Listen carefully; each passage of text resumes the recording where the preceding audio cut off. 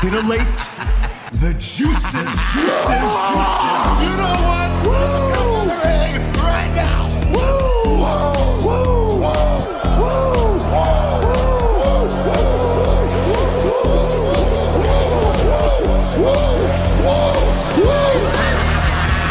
Dr. Hughes invites followers. Oh, let's see if they increase now. Me too. Yeah, wow. Dr. Hughes. Mock ass mock. He's a great podcaster. Trick ass mock. Acknowledge me. We coming for you, nigga. Fat!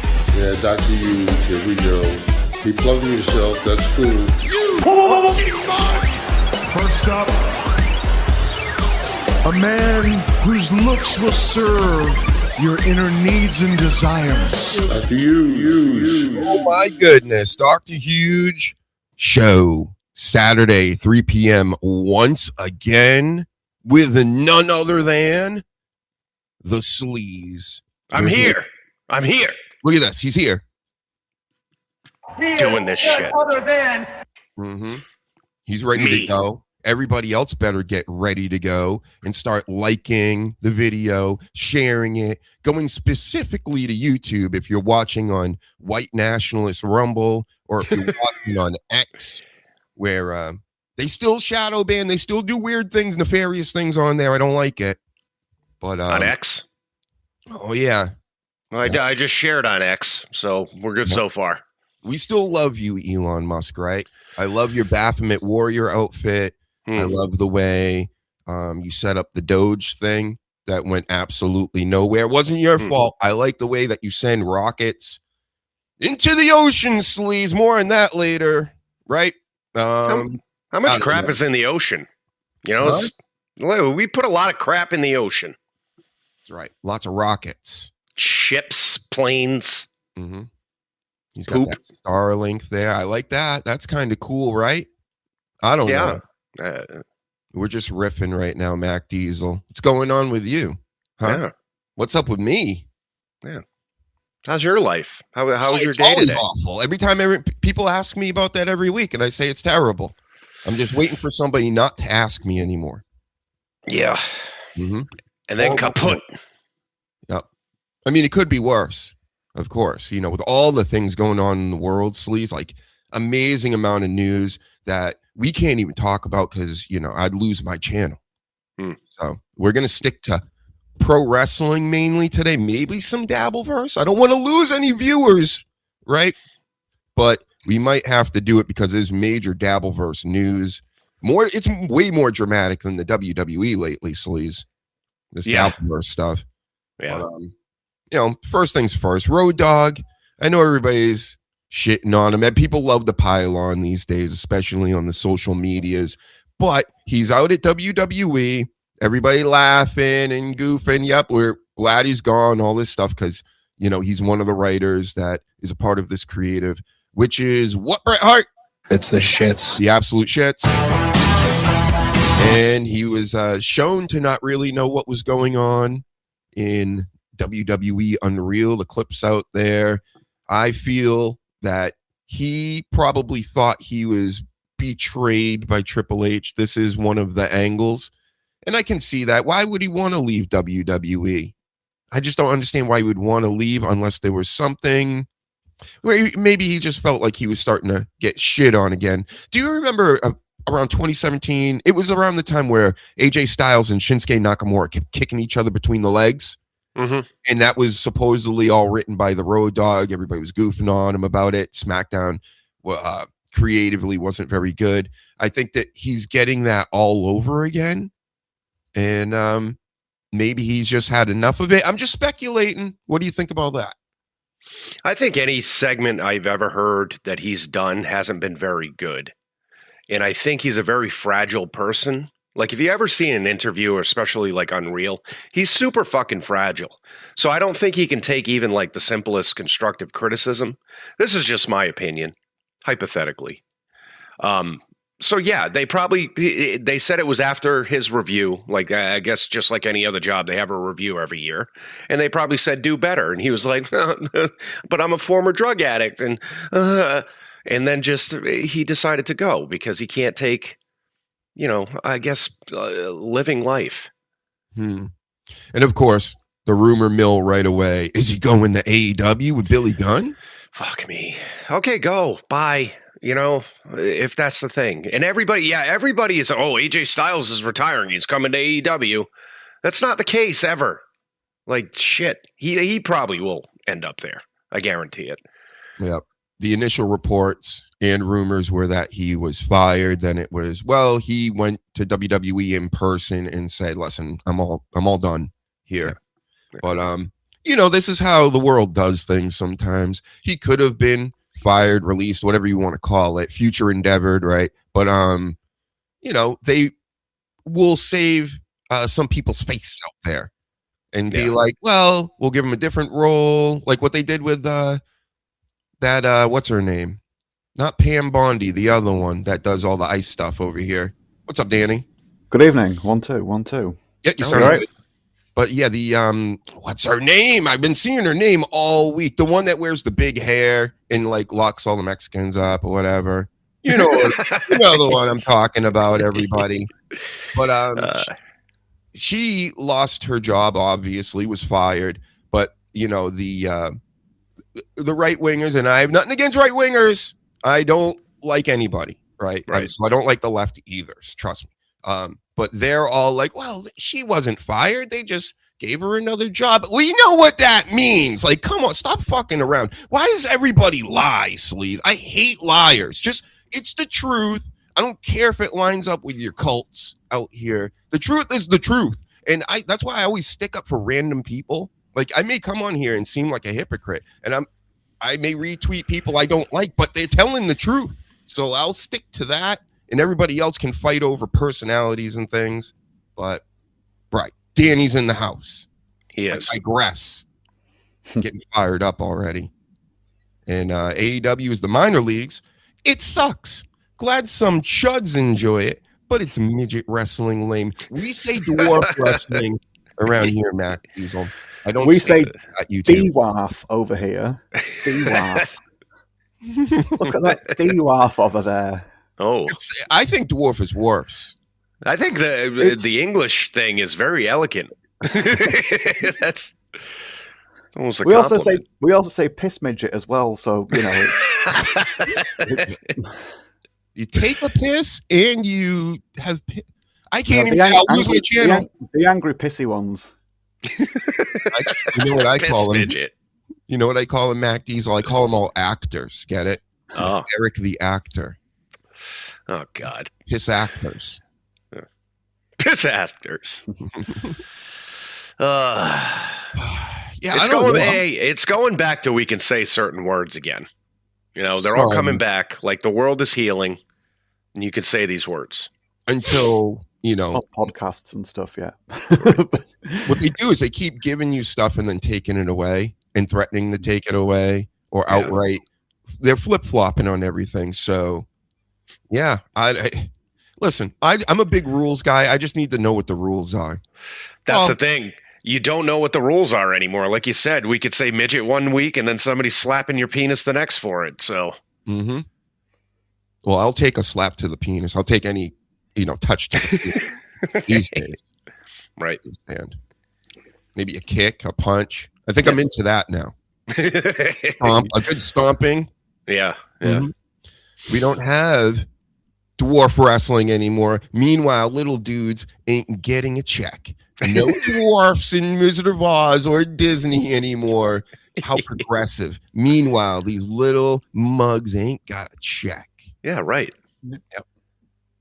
What's his name? Hornswoggle. I played a clip of him going on a show and telling the other famous dwarf to fuck you.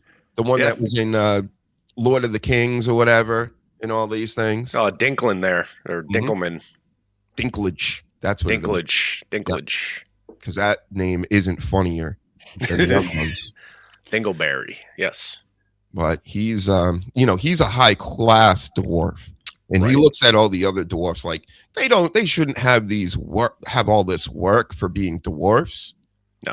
Only me because, he probably drinks with his pinky out like this. Yeah. Probably skulls like this. He's like king of the dwarfs, as you put it. I call them piss midgets. Oh my God, I'm going to lose my channel 100% now.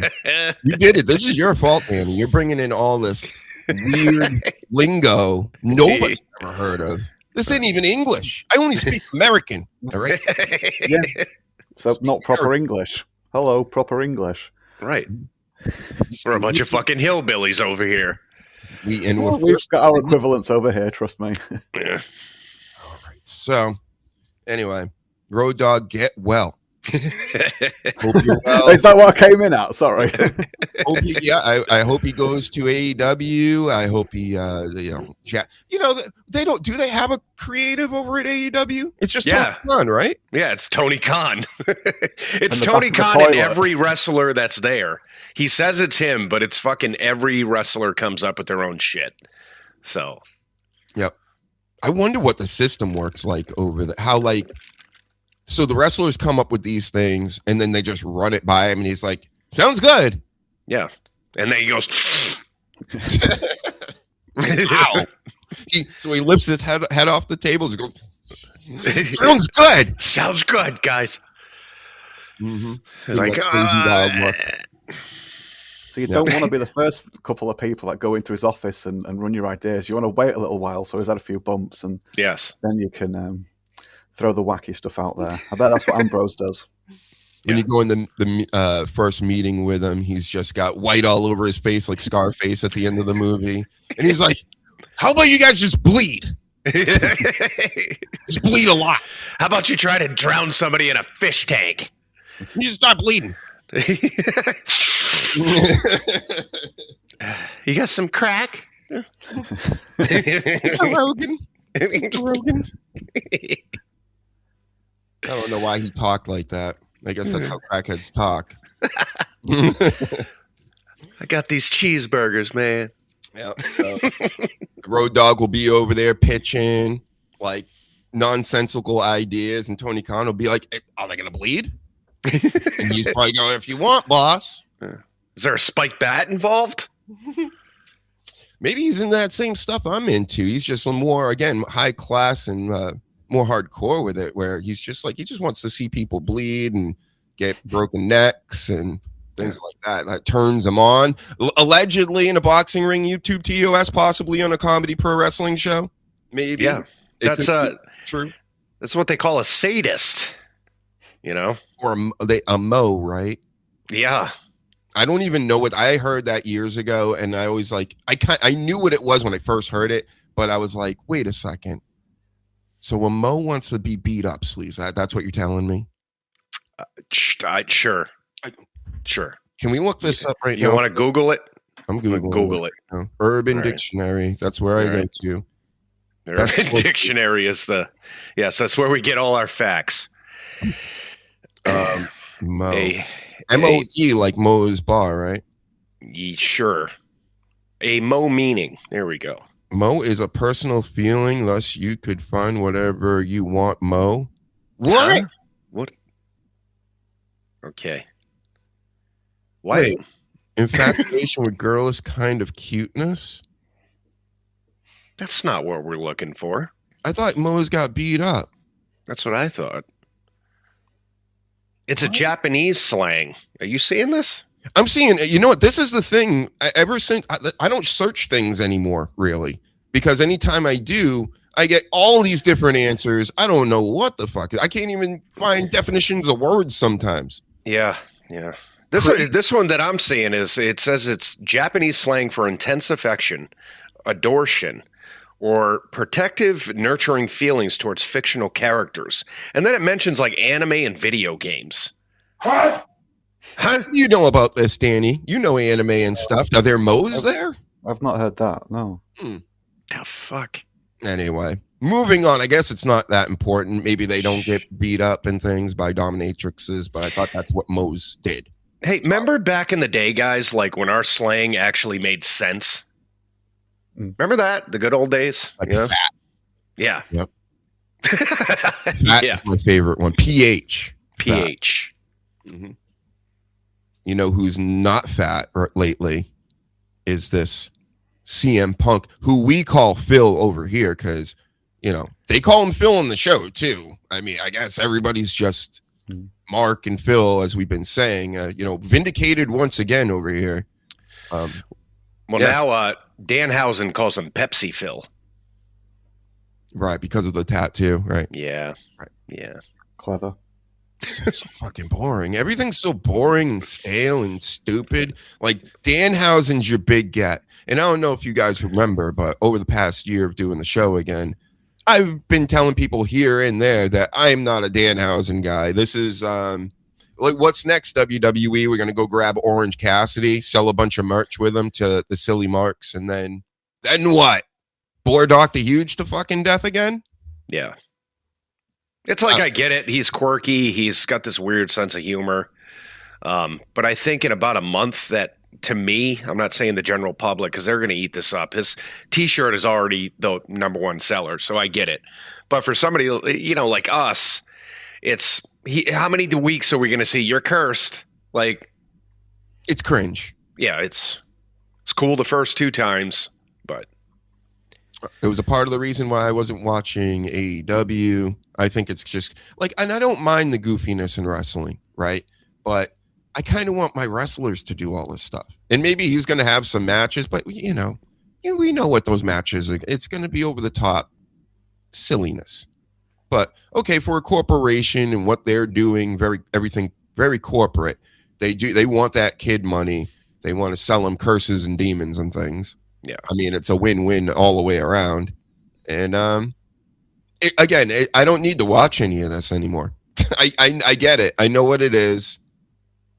Like, again, Sleaze, like you said, we've seen all this before, over and over and over and over again. We know who all these people are. There's no real surprises. I mean, when that's your PLE surprise, wrestling's just in a bad state overall, I feel. Yeah. If they would have done something, and it's the writing again.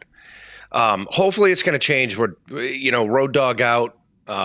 They have a new head writer at Raw again. Hopefully it's going to change. Like the Danhausen thing, if they would have sat there and done like little vignettes to give you a little snippet of him, and you could be like, well, maybe it's Danhausen. They gave that the whole buildup, but they just didn't do anything. They had a stupid box, and then they said, well, here's Danhausen in the box. That's why it fell flat. There's no fucking thought process of this. What are you loving Danhausen, Danny? I haven't watched extensive amounts since he's come back to WWE or in AEW recently, but it was also one of the things that put me off AEW when I was decided just to not bother watching it anymore. And it's a shame because, like I said last week, those vignettes and little just online bits that he was doing during lockdown, I think it was, they were entertaining. I was like, that's a cool little character. It's quite funny, just doing strange little bits. But then just in wrestling, it's like, no. If he just came in and was like, haha, you're cursed, and the person punched him, that did nothing, but then obviously he's distracted the guy for someone to then get a roll-up or something, then that would work. But when we're just having to sell curses and the Invisible Man and more of that bullshit, it's not for me. And, of course, look at me. I'm a goofy guy. I like goofy stuff. I like comedy, and I like all these things. I think that about it these days, when everybody's everybody's telling me kayfabe's dead, right? But yet we're gonna bring in Danhausen, right? Kids are gonna be online or whoever, maybe crazy adults too, and they're gonna send death threats to Cody Rhodes and his wife for winning another championship last night. It's not. Again, I need to know the rules.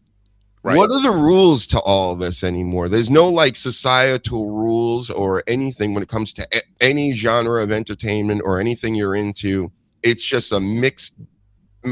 It just doesn't make any sense. The world doesn't make any sense to me. So when I see a Danhausen then come in and he's over the top silly and all this, I get mad.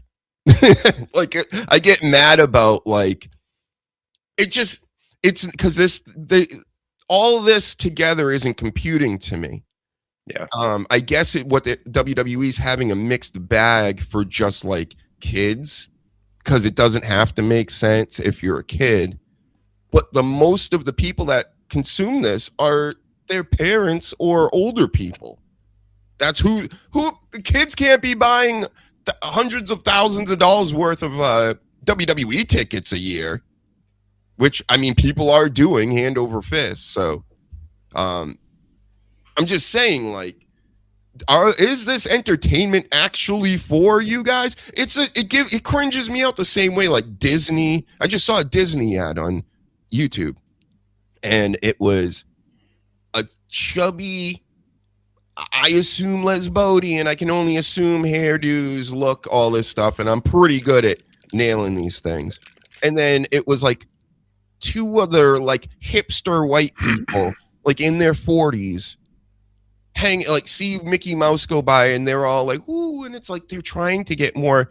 That's your audience? Disney, WWE is full, and I get it. We're the older crowd here too, but why wouldn't you, WWE, cater more to us? Make at least one edgy show late night on a network somewhere, whatever.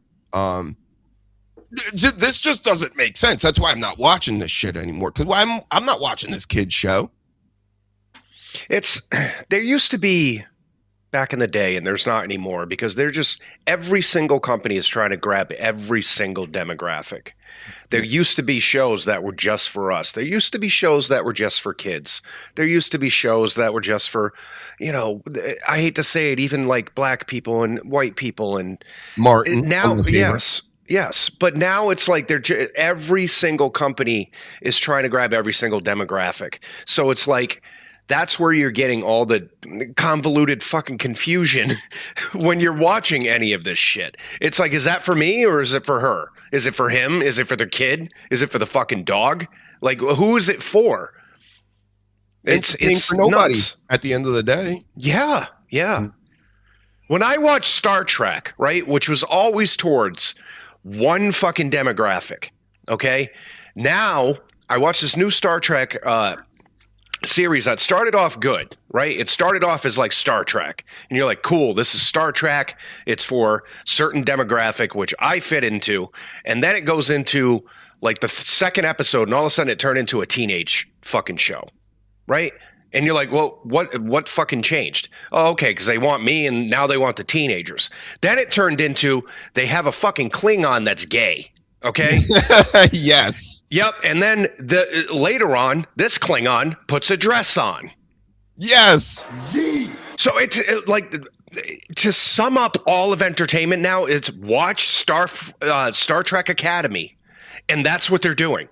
It goes up and down and left and right and out the window, and it's for you. No, it's not. It's for him. No, it's not. It's for them. It's for them and us. And what the fuck, man? Mm-hmm.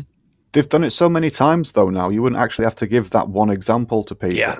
Because everybody now will at least have one IP that they sort of like were really disappointed, and sort of like that they've seen that pattern now. And it's been going on for a while. Fuck, the other Star Trek show, way before that, Enterprise. I used to say all the time, Enterprise was just Star Trek aesthetics plus Dawson's Creek drama equals... Yes. Enterprise. And Doc, I know you don't like this one, but I say the same thing about Dawson's Creek plus zombie franchise that people know, and you get the Walking Dead TV show. After season 6. Yes. They did the same, and before that they did use that program Heroes, where it was just comic books, Dawson's Creek, drama thing and Smallville with Superman. It still had a lot of Superman in it, I'll give it that, but it was just like, yeah, this is teeny bopper drama sort of stuff, like just and looks sex cults. Yeah, and have Superman wrapped around it. So they've been doing this for a while, but they're just at a point now where everyone, like you say, everyone is fucking doing it. And to give Vince credit, he was trying to find this, like, reinvent it for a modern audience, but I can't remember how he phrased it, but he was trying to get like a more mainstream audience for so long, wasn't he? And now everyone's doing the exact same fucking thing, and that's what Vince learned people sort of like turned against, but he could still make money off the kids, and the adult kids as well will just spend a lot of money like here and at Disney as well. Yeah. It's true. And I thought of this the other day. Vince McMahon's model has been copied so many times over the years, and it's not a good thing, to be honest with you. If you're a diehard fan of anything, if you go by the Vince McMahon model, that's what he did. He went after everything. You know what I mean? And that's not good in the end.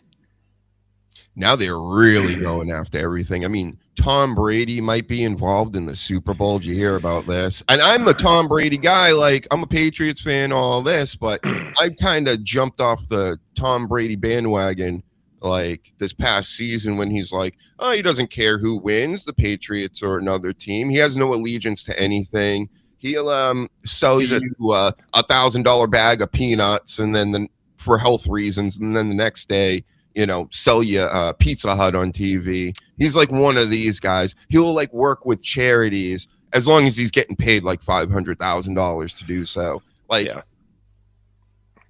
I'm done with this Tom Brady. He's a shit human being. He has been for years. He started off so humble when he first started football, but then everyone started calling him the GOAT, and fucking he was making millions, and he's turned into a shit human being. He's just not a normal person like the rest of us anymore. Right. He believes he's up here, and everybody else are just the commoners. Like most of these so-called elites. Like I met him when he just won his first Super Bowl. And he wasn't giving anybody the time of day. My brother met him at the stadium after he had a workout or a practice there. And he's literally standing at a crosswalk going into the parking lot to get in his little Jeep that when he was a rookie. And my brother was there. He's got all this stuff in his car. So he grabbed the helmet and he goes over there because he's got all, him with the memorabilia stuff. And he walks up to him and he's like, Tom, he's like, what's up, man? Would you mind just signing this helmet? This is 2001, 2002, right? Oh, no, I can't right now. I'm about to head to my car. And they're literally standing in a cross with the cars going by. And he goes, okay. I remember back in the day. That was it. It was like, he won't do it. All right. I remember back in the day, I worked at a, let's say, sandwich shop. And Drew Bledsoe used to come in all the time, and he was a massive dick. Like massive dick. Yes, massive dick. Wicked rude. When he walked in, everybody had to fucking move because it was him. So I remember a lot of chatter, just me personally, like when Tom took over, they're like, oh, he's such a better, character and human being. And no, he's become Drew Bledsoe. He's a dick. It's a shame. And of course, he's not the only one. There's a ton of pro athletes. A lot of these pro athletes these days, they're so fucking unlikable. Mm-hmm. All of them. Every now and then, I met a lot of them too back in my day, Danny. But I can give you some good ones. Jim Kelly, good enough, great guy, really nice guy from the Bills, the old quarterback. Ray Lewis, he'll look you in the face, says thank you for meeting me or whatever. Like he treats everybody like human beings, even though everyone's like he's a murderer, like all this stuff. But there are guys, but then you can tell there are other people they look at other people as just money. Yeah. It's just like a lot of these indie wrestlers, like when Reezy walked up to Zack Ryder and was like, hey, what's up, Zack? And he was like, $40. Yeah. It's like they don't see a person there. They see money. Right. And that's it. It's gross. Yep. The only reason why you have that money is because of the common person. So it's like, I could see if you're fucking in the bathroom and somebody's trying to do it. Yeah. I agree with the airport shit. These people are traveling. Don't do that. But, if you're at a fan fest or something, or someone just casually walks up to you while you're walking down the street, can you sign something? Is it going to kill you? Just sign it and say, thanks, man. That's it. Mm-hmm. Yeah, some celebrities get it because they used to be normal people at one time too. Yeah. But a lot of these ones that, they've just been famous since they were late teens or whatever, or been coddled, even like the pro athletes. It's like ever since once they notice that they might have a skill in middle school, they're like, ooh, oh, this is a way out. Like he might get us all millions. Yeah. Crazy shit. You got those crazy ones that are like, when I get famous, I'll show them. And they turn into Tom Brady. Yeah. So, he's showing everybody now. He's in flag football games. He's going to be in WWE possibly now. I mean, he won't do a match. He's way too big for that. He ain't going in a ring wrestling anybody. But I could see him being there and getting involved in a spot. But he ain't going to get physical with anybody. No. He's built like a fucking giraffe. What did they say? They already went for trademarks for his T-shirts and shit, so you know it's coming. Oh, yeah. It was like T. Brady or some shit and Well, some other. Such a money grab. And I get it. This is what wrestling is, right? You know, I have many of the goofy shirts and things. Yeah. And figures and stuff. But, I mean, I recognize what it is. You know, some of these people, I don't think they get it. They just consume. Oh, they put out something else. Oh, I know this guy. Oh, WW, I'll buy it. It's just like, what? And then the fanatic shit, like the way that they got their own set of problems. Everybody's upset with them. But anyway, so Phil comes out and gets in a promo battle with Roman Reigns. The reaction people and all this, oh my God, they're all taking the widest mouth pictures they can take online because of how amazing this promo was. It was okay. It seemed a little forced from two guys that both come off as heels now to me. Roman Reigns, who buries every fucking body out here, and then and is a part-timer at this point. Then you got CM Punk, that nasally ass voice coming out every week. I'm in this town now, and I'm in that town, and hey, look at me with the belt and blah blah. It's like, and then he's like, I'm gonna bury you next to your father. And Roman, oh, I can't believe it. All the Samoans online, like Zilla Fat 2 says he's gonna slap him IRL. Because apparently he doesn't understand wrestling. I guess he's a mark, right? So kayfabe isn't dead for him. Kayfabe's not dead for Jey Uso either. He doesn't get wrestling because he's just like, enough, bro. Come on, bro. They're all writing these, weird things online, and it's just like, you guys, why is everybody coming off like chicks, bro? Yeah, this is chick shit. That's what it is. And I don't know if it was written for Punk or he came up with it by himself, but you have, hey, how does it feel to be alive on Monday night? Woo, cult of personality, good guy. And then all of a sudden he's saying, I'm going to bury you next to your dead father. Like, what terrible fucking process in writing or whatever. If it was Phil or the writers that came up with that, it was fucking horrible. It was terrible. Who's the good guy? Right. If you're the good guy, you don't say, like, okay, so I'm going to put you next to your dad's corpse. Like, what? So, Phil, come on, man. Roman Reigns is calling him Phil. We all call him Phil now. Yeah. Pepsi Phil. Remember? This is a work, but it's not a work. But we're going to try to bring up personal things to make it seem like it's not a work, even though we're all telling everybody it's a work all the time. It's just stupid. What's the rules here? This doesn't make any sense to me. The fuck am I watching, even in the clips? I think that's it. They just want clips. They've got the build-up for WrestleMania, and rather than going like a steady pace to sort of like get to one of them turning heel to say something like that or to counter something and warrant him saying that, they've just done nothing. They've gone, right, we need these promos getting ready to build up to Mania. So you say this, this, and this. We'll edit it. We'll spam the shit out of it until Mania. And that's what we'll build all the hype off of. They've not thought we need to get to that bit from where we currently are. They've done it before with stuff. It just shows the priorities.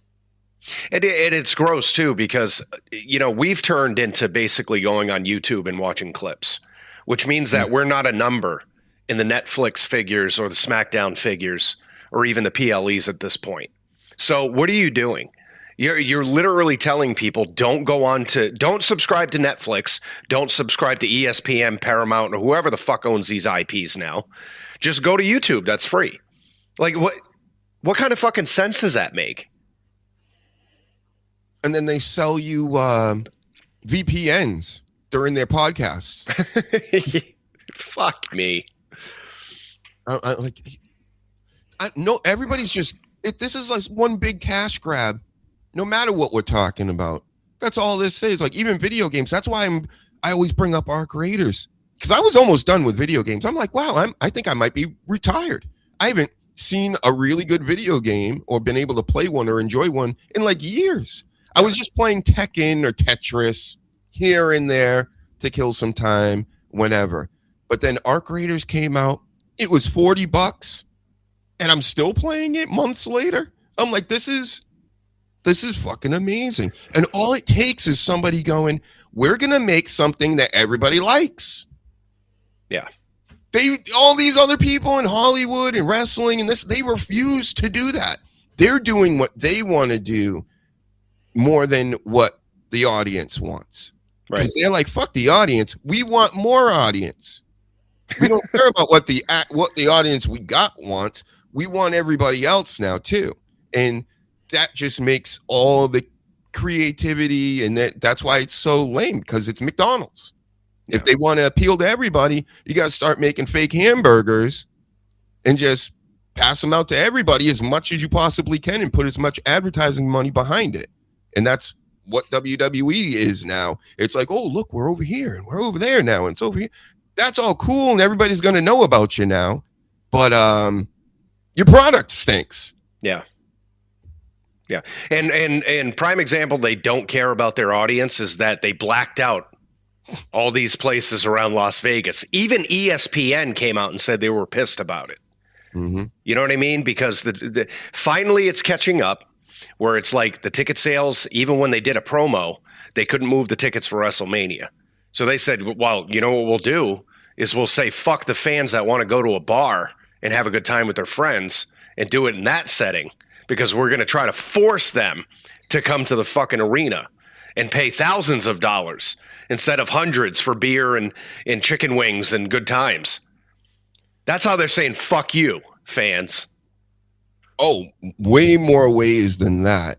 It's just everything about it. Give me the old days back where it was like just a traveling circus in the States. They'd go over to Europe sometimes. They'd go over to this place and that place or whatever.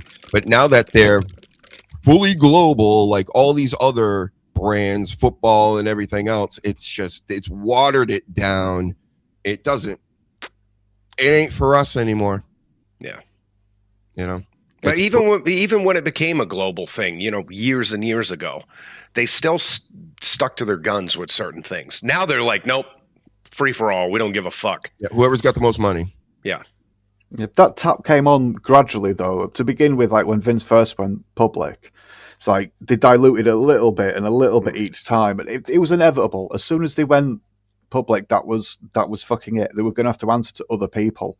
Yeah. One way or another, at some point. Even if Vince still had full or majority control, he didn't have the whole thing anymore. So we have taken a while to get from where it was slowly and then just fucking quickly more recently. Just that tap's going full bore, just diluting the piss out of everything. But yeah, you can't put that back, sadly. You can try and enjoy bits from it, and it's like you say with YouTube, that's handy, and that sticks it to them if you can just get everything, like all the good stuff for free. But yeah, yep. They've made their own mess. And then the alternative is AEW, which I don't hate, but I'm just, it doesn't draw me in. TNA is just too small for me. It doesn't have the big names like the old days of TNA, so that's not drawing me in really. So I don't watch wrestling anymore. I watch the clips. That's what, again, I've been saying it for months. This is what you want me to do, WWE? Well, I'm not going to give you more money so you get worse and then you want more money. Yeah. Yeah. And it stinks because it's not like back in the day when you had WCW where you could be like frustrated with WWE and just switch over to them because they were pretty close to production and stars. And now it's either huge juggernaut WWE or small ass indie bullshit writing where it's like, they say like AEW is the second competitor. And first off, not even fucking close. Okay. But they have the production and all that, but it's like going to a fucking armory and watching wrestling. This is what AEW is. And I hate to say it, TNA is the same way. Their writing is not that great still. They don't have the big names. They have the wrestling. That's better than AEW's, absolutely. But it's like you either are top-notch or you're bottom of the barrel. That's the reality. There's no alternative. And TNA has a better chance of doing this. I mean, they're on AMC. It's a cable network. That is where, zombies were eating people. On Dawson's Creek, Danny. Yeah. And Breaking Bad, people doing meth and things. So I think maybe get a little edgier on there, and it might wake some people up, and you might actually gain a few of us curmudgeons that are sick of the Danhausens and the, you know, this thing. This is all this stuff is fucking cringe. Like what? What? And did you hear there was a whole commercial break, I guess, or whatever, promo with Rhea Ripley and Io Sky out there, and she's hugging on her and, yep, I'm going to go win it for her and this and that, and she means everything to me. It's totally a relationship angle. And again, I'm just, it's fucking cringe. I've never liked it. I never thought it was cute. I think it's weird and stupid and boring. So there you have that, the take on the Rio stuff, because of course Rhea Ripley is going to be going on to take Jade Cargill on for the title, which I barely remember she has this title, because that's how bad this run has been for her, and that's how bad that title is. It sucked on Tiffany Stratton, one of my favorites. It sucks on Jade Cargill. And apparently there's been a lot of heat on her. And I've been hearing through the rumor mill for the past few months or so. This story keeps popping up that there's backstage heat. Well, in the past week or so, her and Rhea, well, she first went at Chelsea Green for writing something about how Rhea Ripley is so nice. Jade Cargill mentioned that Rhea Ripley is basically always politicking backstage. I'm not saying the exact words, I'm just paraphrasing here, but she's basically saying she's a politician backstage, always talking to creative for hours, and that's why she's in the roles she's in, alluding to that. And then Piper Niven gets started going at Jade, then Rhea Ripley started going at Jade, then the people at WWE and their sources and things are like, my sources are saying that no, this is a work and it's no big deal and blah blah blah. I think this is a little damage control, because again, when there's smoke, there's fire. WWE, if you've noticed, their creative ain't thinking that long term. It's just shit falls in their hands, and then they go, we meant to do that, right? So this is real, I believe, to some extent. But Rhea and Jade were in the ring last night, had a little promo battle, and it really turned into Rhea Ripley saying, well, I'm built like this to fight, and you're built like that to just look good, for the aesthetics, basically. And then there was Ice Cube's kid, your boy Sleaze, came out last night, and I didn't know about this. In the black culture, apparently, if somebody goes to shake your hand with the left hand, it's a sign of disrespect. I've never heard that in my life. Me neither. Yeah. I read that this morning on Twitter, and I'm like, what is he talking about? So news to me. Now I know it's disrespect. I'm going to do it all the time to everybody now. You should. You should. If they notice. Nobody will notice. Nobody gives a shit. Right. So, yeah, I don't know. But anyway, that's happening. Where's my notes on this? Yeah, Rhea spends hours talking to creative. Oh, even Nia Jax. If Nia Jax doesn't like you backstage, she's like what do they call it? The house mother of all these ladies. Yeah. She's the biggest lady, which makes her the boss, right? Just like in prison. So, well, it's just there's reports that have come out since she's been here that she's only in it to be famous. You know what I mean? So everything's about her. She's very into herself, and she thinks she really is a superstar. And yeah, that can rub people the wrong way. You come in, you think you're already fucking head of the locker room and baddest bitch on the roster. It's going to twist people's tits. To be fair, you did just describe quite a lot of people there as well. Well, yeah. And I do get you have to carry yourself a certain way, but then you do have to sort of be humble around other people when the camera's out on you and that. And right. Yeah. She strikes me as somebody that is not very humble. No. Even off camera. I don't think she's that good of an actress or a lot of these pro wrestlers these days that they're going to be like Academy Award winners and fooling Dr. Huge that's been watching this shit forever. It's like that's pretty much who you are, just like all you wrestlers these days. You get in the ring, that's you. And then, you talk your shit or whatever. And I get that there's scripts and things are run by people. Like Roman Reigns ain't going to allow CM Punk to say that. And he won't know, right? About his father and things.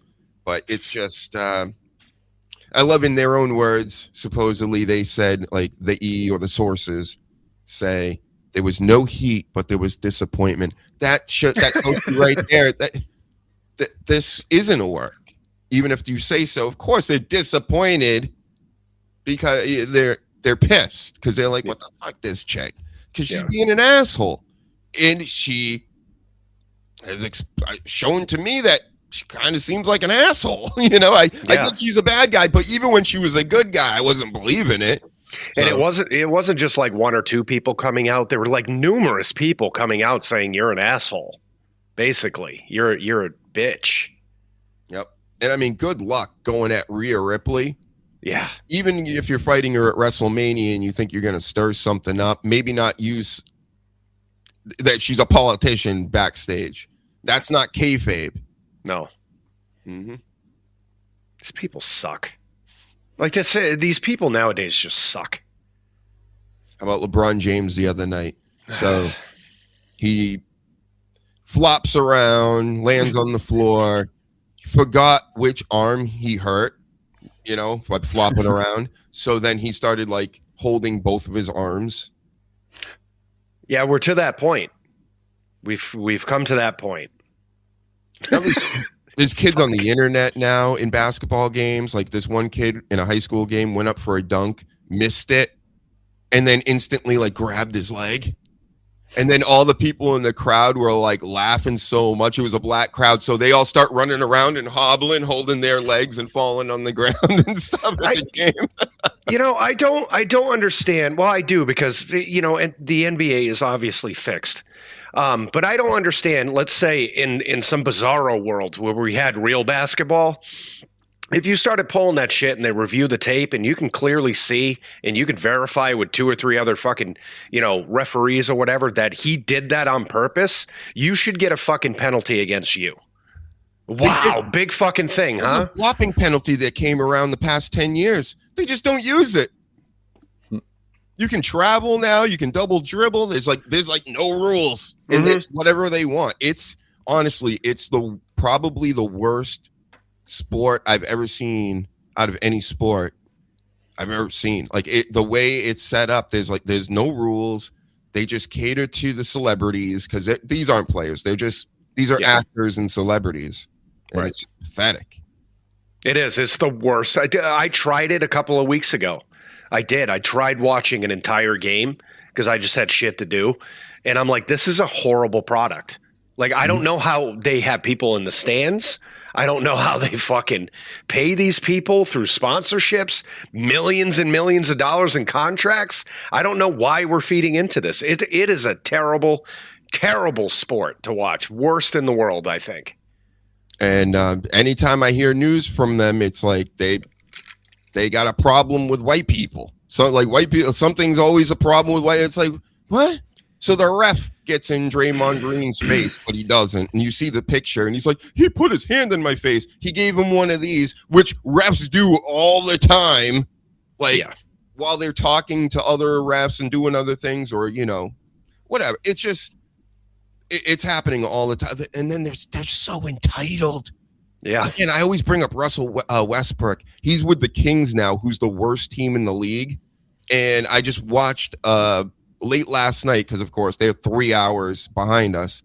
And they ended, I think they just are wrapping up the season soon, but they got the worst record. And he's on there and he's just scolding the reporters. How dare you talk about us? And are you in the video room with us? And do you do this? And do you do that? And it's like, you guys fucking suck. You're the worst in the league, and you're going to scold the reporters for reporting on you sucking ass? Oh, my God. It's just like the entitlement of these dumb fucks. And they get millions and millions and millions of dollars. And it's like, but people are saying bad things about me. Go wipe your tears away with your $100 bills. What, Sleaze? You're muted. Wow. Yeah. I said it's a terrible reality show that's written terribly. Like it's bad. Mm-hmm. But yeah, it's really no different than this right now. Cody Rhodes champion once again over Drew McIntyre. We all knew what was happening. It's not like this isn't no surprise. Why would I watch a 3-hour SmackDown to find out what I already know? Yeah. And online it has like, what was it this morning? Like 45,000 dislikes. Now it's like up to 100,000. Like it's trending to be like one of their worst fucking things they ever did, like on YouTube as far as viewership. Talk about. I love it. Yeah. I love it. Keep it up, everybody. We don't want the yeet, technically, not us people at home. It's funny to goof on and stuff. And you know what? That's a thing that I think Vince would have kept around back in the day as well. Obviously, I mean, just the merch sales and what else are we going to do with Jey Uso? Make him a top guy and not yeet, right? So that makes sense. But I mean, this Cody Rhodes stuff, disliking this, and I like it, but it warms my heart. Thank you, WWE Universe, for knowing that this is not good, that this is just, it's WrestleMania time. Cody Rhodes, Roman Reigns, Seth Rollins, all our guys here you go again.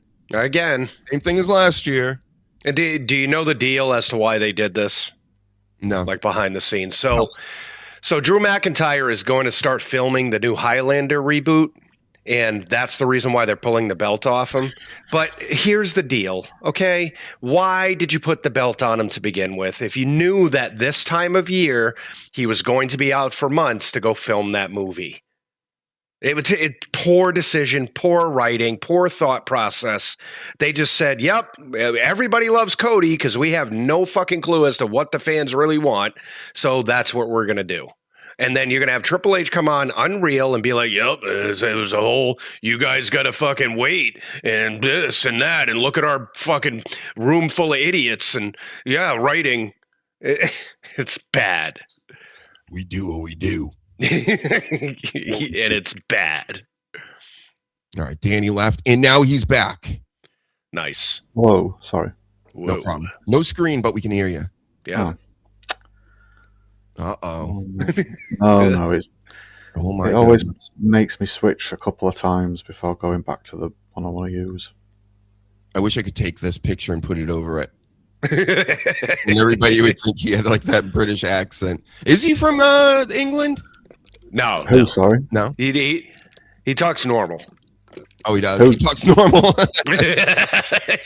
I didn't mean that, Danny. Sorry, I can't see who you're looking at. Housen. I'm just changing my settings. Yeah, no problem. Yeah. Dannyhausen. Yeah, that worked. Hold on, I'm gonna look at a few things. Hey, here while you get set up. Oh, I'm just checking out if I'm doing a few notes here.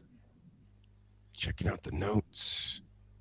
Everybody listening in the audio podcast, don't you worry. Don't you We're worry. just looking at our notes. How about this guy? This will get rid of that chubby in a second. Look at this, fuck. So, this Mr. Beast guy, I've been out here saying he's a sociopath. You know what? Let's go watch that video. Let's go watch Logan Paul. I mean, he's in the WWE. I'm gonna click some things. He's so creepy. This fucker so much. Get off the screen. All right, we're about to watch things in a second, folks. This is gonna be so fun. We get Money Mark in the building. Ooh, where have you been, bro? You're falling off the planet. How dare you not use social media? Right? Yeah, like everybody else. Yeah. You got to have mental illness like the rest of us and use it 24 hours a day. Yeah. Hold on. I'm bringing in some video and things. It's going to take me a minute because I'm stupid. There we go. It's not you. It's the engineers. That's right. Never my fault. I love this. This is a great meme. I didn't make it, so don't come after me. But still, I took it, and it's mine now. I think every time somebody wants to leave or gets fired, I think Gunther should choke them out. Drag them out of the room, then that's it. Yep, that's how I would write for WWE Unreal, because of course they need writers for that too. Yeah, of course. And this is a picture for the audio people. This is the way Road Dogg should have been removed from WWE, and it's him in the creative room with the whiteboard behind him, and then Gunther's behind him in the chair, choking him out. Yeah, choking him silly. He looks very uncomfortable. I love how his hands are still together, like he's just relaxing. Caught him off guard, wrenching the old neck. Looks like Gunther's brother, really. Doesn't. All right, what else we got here? Here, Randy Quaid. Here's some little CSWNN. We'll move on quickly. I'm not going to go into this deeply, but he says, and everybody said he was crazy for years, but he also has been vindicated. He's not so crazy like a fox, maybe. The area where Britney Spears was arrested for DUI with scum TMZ reporting first is famous for and has been sued and proven in court to set up innocent people with pre-filled DUI forms. Britney is followed 24/7 by scumbag, blah, blah, blah. I'm not going to say it because he's in the Island Boy files, and I don't want to lose my channel for knowing things. That stupid... he's always been a prick with his stupid cup and his face. Yes. I don't like it. I agree with you, Sleaze. I don't like him either. It sucks on so many levels. Mm-hmm. Justice for Britney. We stand for Britney over here. And I don't care what anybody says. They'll post like these awful pictures of her. I'm still smashing, Sleaze. Oh, yeah. Hot white trash. Yep. Yes. Don't matter. I love when she gets totally drunk and starts spinning around in her house. With the knives, and they're like, how is she crazy? And I'm like, this is great. This is fantastic. Let her be her. I don't see a problem with Britney Spears dancing around half naked with a knife. Even at her advanced age, I get she's like super old now for us. Yeah. Even though we're the same age. She's too old for us. Too old, but I mean, yep. All these, fat guys online and stuff are like, I wouldn't tell she's gross. It's like, all right, got it. Go wipe the food off your face, you fat fuck. So how about, there was a Dabbleverse emergency yesterday, folks. Yeah, what was this? My favorite shows, the Stuttering John podcast and MLC, are at war now. Stuttering John took down MLC in the middle of the show. I'm watching it, and then all of a sudden this pops up, and it says, this video is no longer available due to a copyright claim by John Melendez, who is Stuttering John. So what is the copyright claim? Do you know this? I didn't look into it. If this was all I was given at the end of the show or in the middle of the show. Right. Yes. Of course. Mm-hmm. Thanks, John. And Money Mark says he's staying out of sight, out of mind till it's time to do something stupid. Well, at least give us a heads up so I can check it out this time. I don't want to find out in the news with all the rest of these marks that you went in and like beat up MJF or whatever. And I hope you get your hands on him one of these days. Me too. Mm-hmm. And shout out to Coach in the building. So, yep, that happened. There's Kendall Gray. We love her. Look at it. She's like fully clothed too.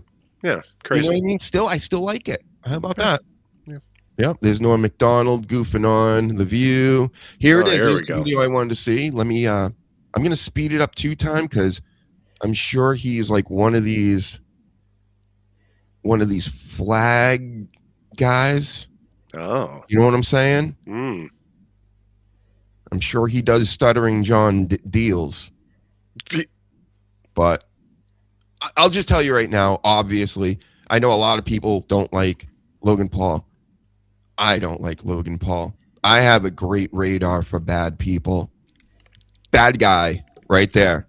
And you see the guy with the fucking swollen nose to his hate right? his face. Holy fuck, do I hate that guy. He looks like a cartoon villain. Yeah. So those guys are bad guys, right? Yeah. I don't know this other guy over here, but from what he's just saying, I can figure out that he's probably telling the truth, and these guys are just not having it. And we'll elaborate on this more. I'm just going to play the clip for you. Here we go. Fake guy. Why do you say that? We know Jimmy very well. Because he doesn't care about people. Sorry to say it, your friend Jimmy is kind of a fake guy.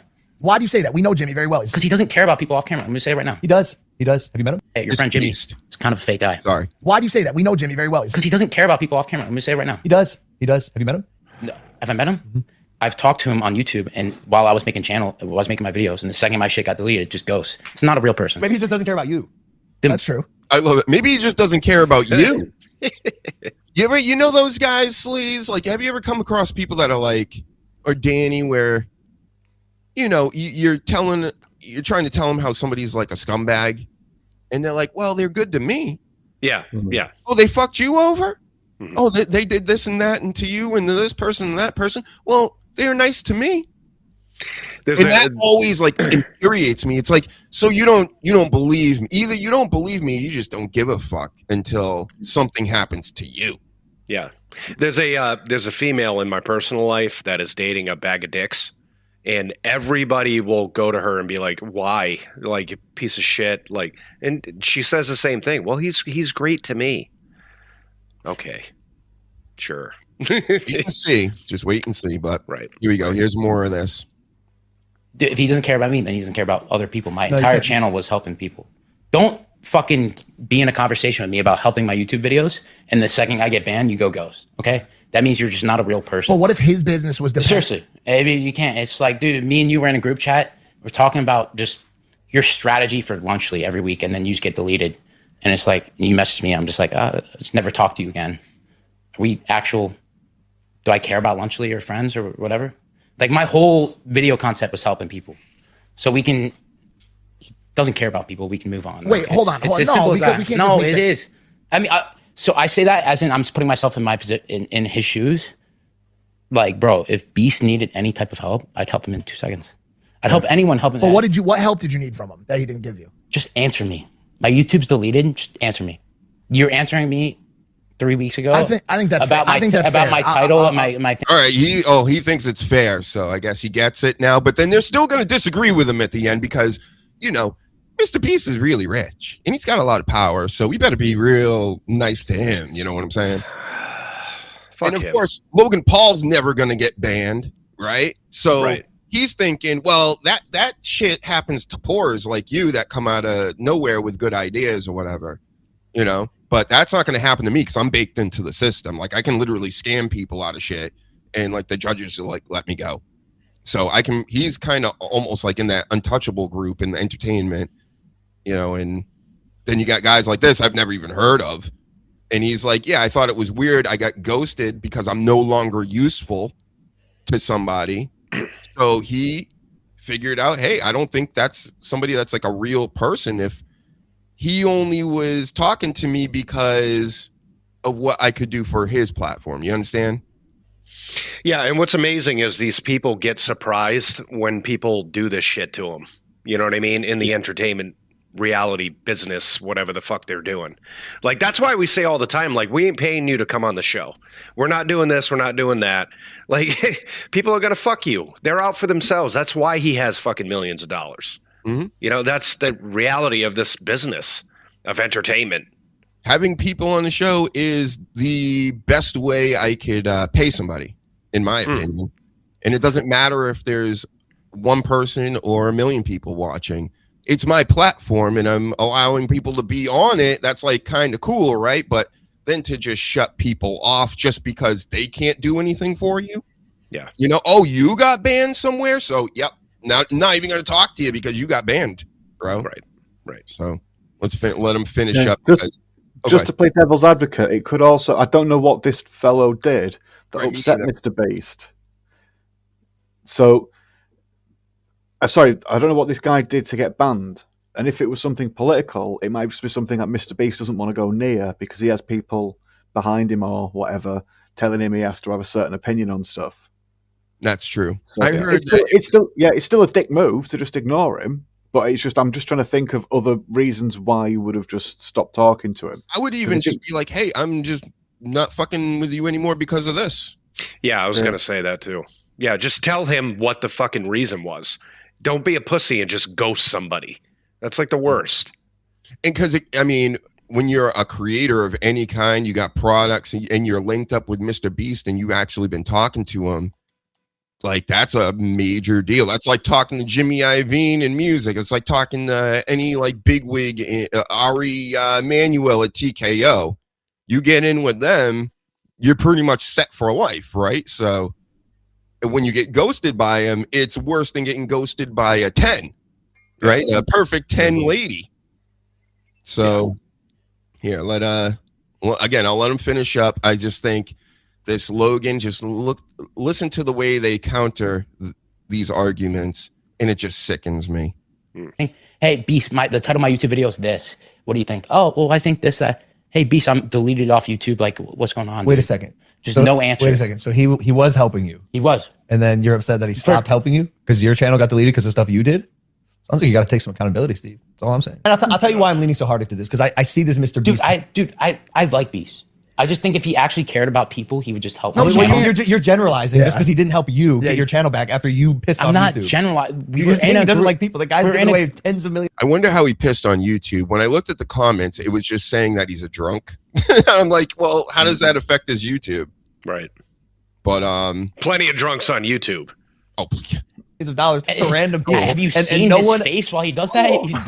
He does not. No, that's like a Twitter headline. Stop, bro. What do you want? You can't look, bro. You look crazy when you give away money sometimes too. Steve, you look crazy right now. All right, I'm telling you, Beast. This guy is saying that. Yeah, Mr. Biggie, right? We all love Biggie and Tupac. It's like, shut up, dude. Shut the fuck up. This is so lame. Yeah, get your foot off my fucking table. I mean, am I crazy to be on to agree with Logan Paul right now? Where, yeah, I feel that he is like, okay, so I got slighted, so now I'm trying to say that he slights everybody. Am I crazy for thinking that? Well, I was sort of with Logan.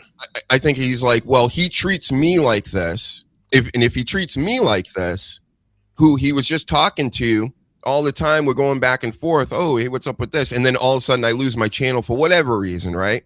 Say we've been going back and forth for months or whatever, and we're kind of buddies.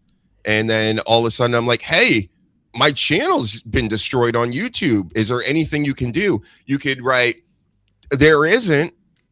You could write something back. It's not like, oh, you're dead to me now too, just like, because you know what I mean? And then when, of course, this wouldn't happen to Logan Paul. So of course he's going to be like, well, he doesn't even get it. He doesn't even understand how he could feel like that. I get, you know what this is like? What we were saying before. It's like two fucking girls fighting. You know what I mean? Be men. Like, take responsibility for what he knows why he got kicked off YouTube. You know what I mean? And like, Mr. Beast, should have been a professional and should have reached out and said, this is the reason why. You know, we're going back to like teenage girls fighting. Like, you guys are supposed to be these fucking millionaires, these business entrepreneurs and shit. Be professional on both sides, I believe. Yes.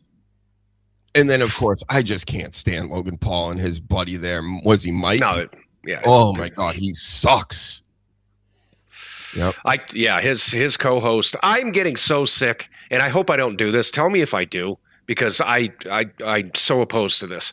These people have these co-hosts, and they totally try to act like it's their fucking show. Because Logan Paul has barely said a fucking word through this whole thing. You know what I mean? And this guy just is, he's in his face with his hand, and he's screaming over him. I fucking hate it. It's a trend going on right now. You like this, Danny?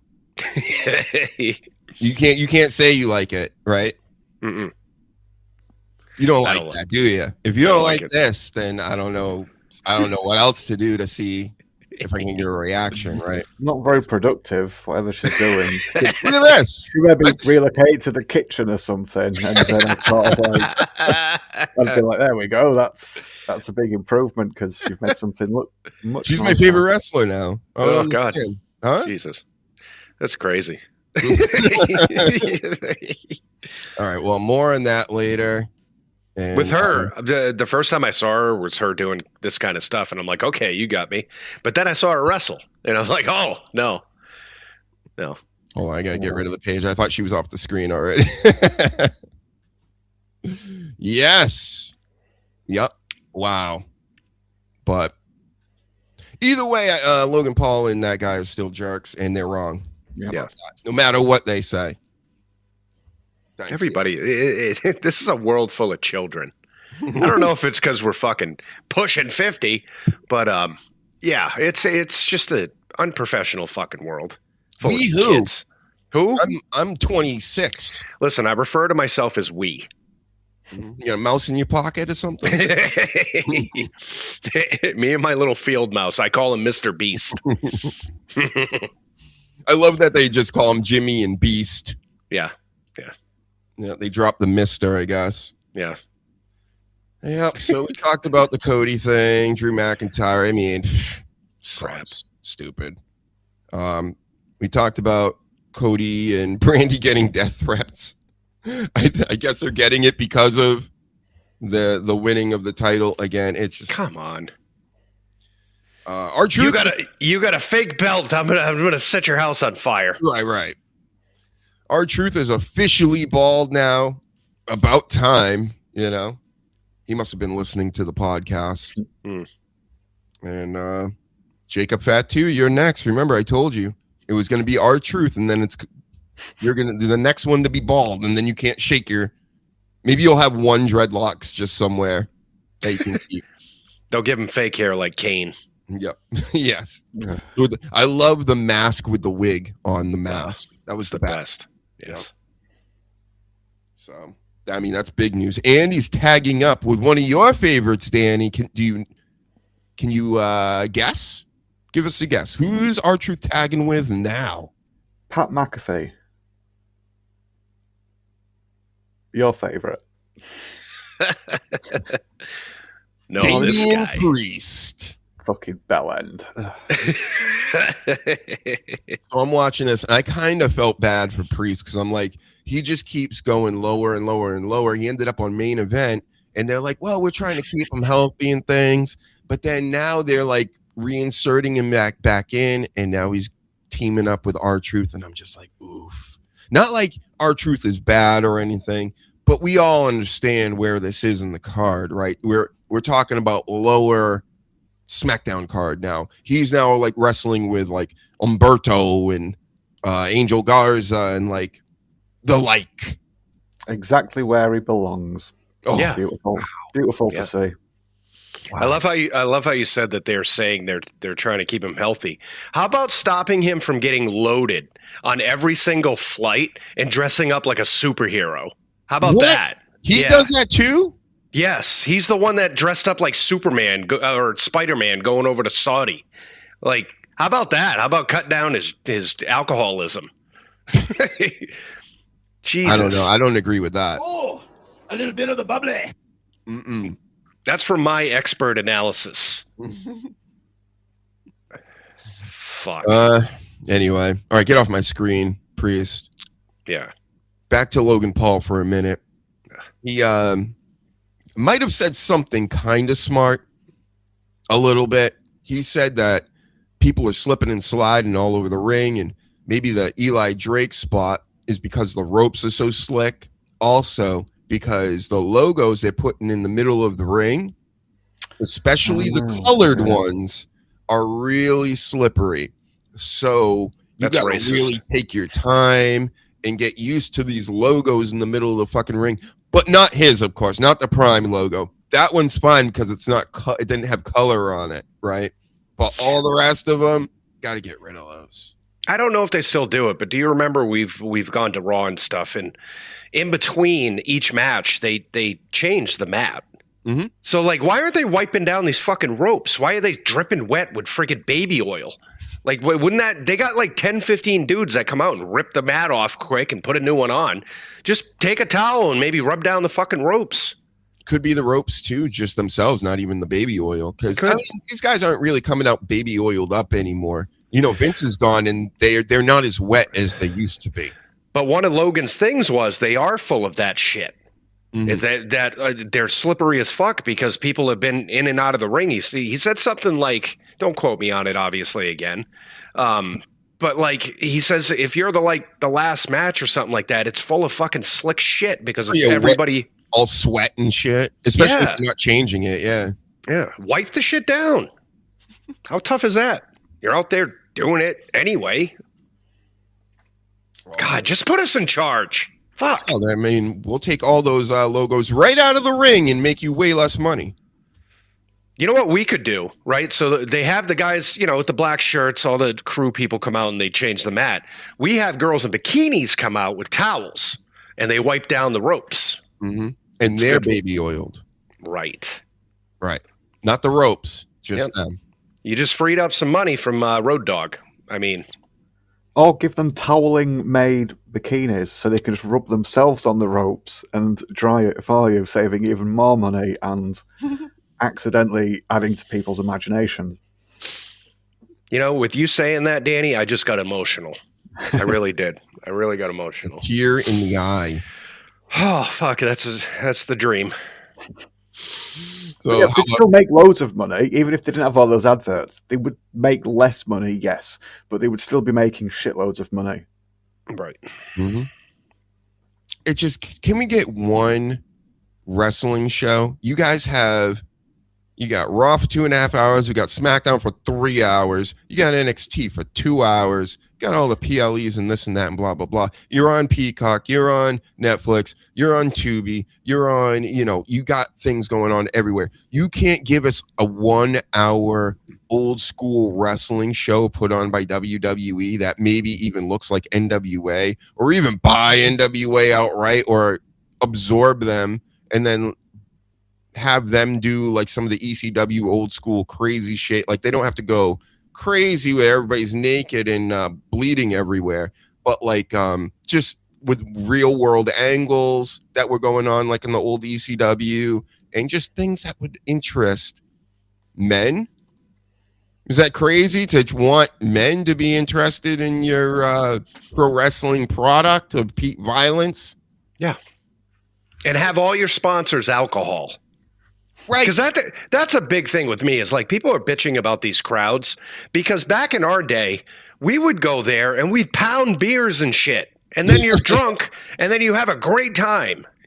Now it's like, oh, we're bringing the kids and we're going to have nachos and hot dogs.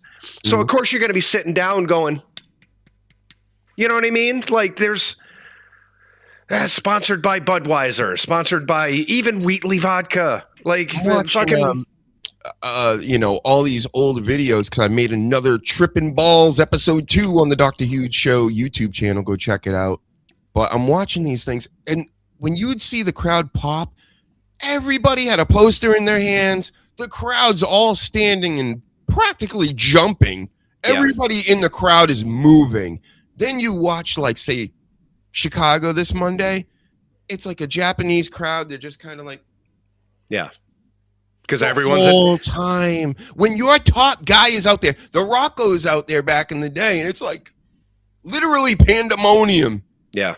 And people are like going, whoa, oh my God. Everybody's freaking out over every line. Now nobody cares.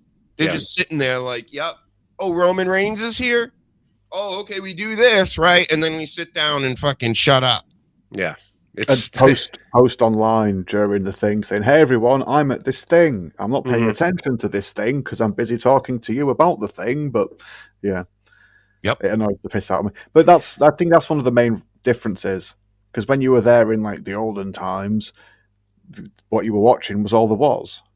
You couldn't just like fucking whip out your phone or a book or whatever. So you had to get in. And kayfabe, being in the situation it is now, is different, but you still get some kids joining in, but not like a full arena. You know what's amazing is like I noticed it during when Danhausen came out during Elimination Chamber. So now, like before, if the Undertaker came out, they shut off all the lights, right? So it got dead fucking. You'd see like maybe like little lights here and there. Now they shut off the lights, and you notice that everybody's got their phone on. Oh yes. Oh yeah. Yep. The Fireflies, right? Yeah. Nonstop. Not even for the gimmick. It's just their phones are on. They're like this, and they're like, "Oh shit, the lights went out." Yep, you get that weird LED light. Yeah. That's behind me, and then you don't have. I'm telling you, the flames from the Bic lighters back in the day, way better. Yeah. The flashes of cameras. Mm-hmm. I miss that. Somebody comes out and you're like, holy fuck, I'm blind. Or someone climbs the top rope to do a big move, and then you see everyone like, oh shit, get pictures of them on the top rope. And it's good old days when technology sucked. These phones have like ruined everything. It truly has. Yep. Thank you, Apple. I'm guilty of it too. I go to the shows now and everything, but I do a show. Everybody needs to know when I'm at the shows. They need to know everything about me because, otherwise, why the fuck am I doing this? But if I was just a fan, I wouldn't be. Who gives a fuck? Yeah, like back in the day, if I went to a live event, I'm taking pictures for the show so we can sit there and talk about it and show you guys and all that stuff. But everybody now is an analyst and a fucking influencer. Not real ones, but want to be us. So that's what they think. They're like, oh, I got to take 75 selfies. Like, at least we're over the food stuff these days. I mean, for the most part, that was a real epidemic at one point. Everybody's just taking pictures of their food. Like, who cares? Nobody gives a fuck. Especially when it stinks too. It's like some home cooked dinner. It's like, bro, you're taking pictures of that. Yeah. Calm down. Yeah, calm down, Chef Boyardee. All right. So I wrote down a list. Reasons I don't watch wrestling anymore. Because I watch the highlights. I technically don't watch wrestling anymore. I just keep up with the news and I keep up with the happenings. And because, again, it's not because of what I wanted.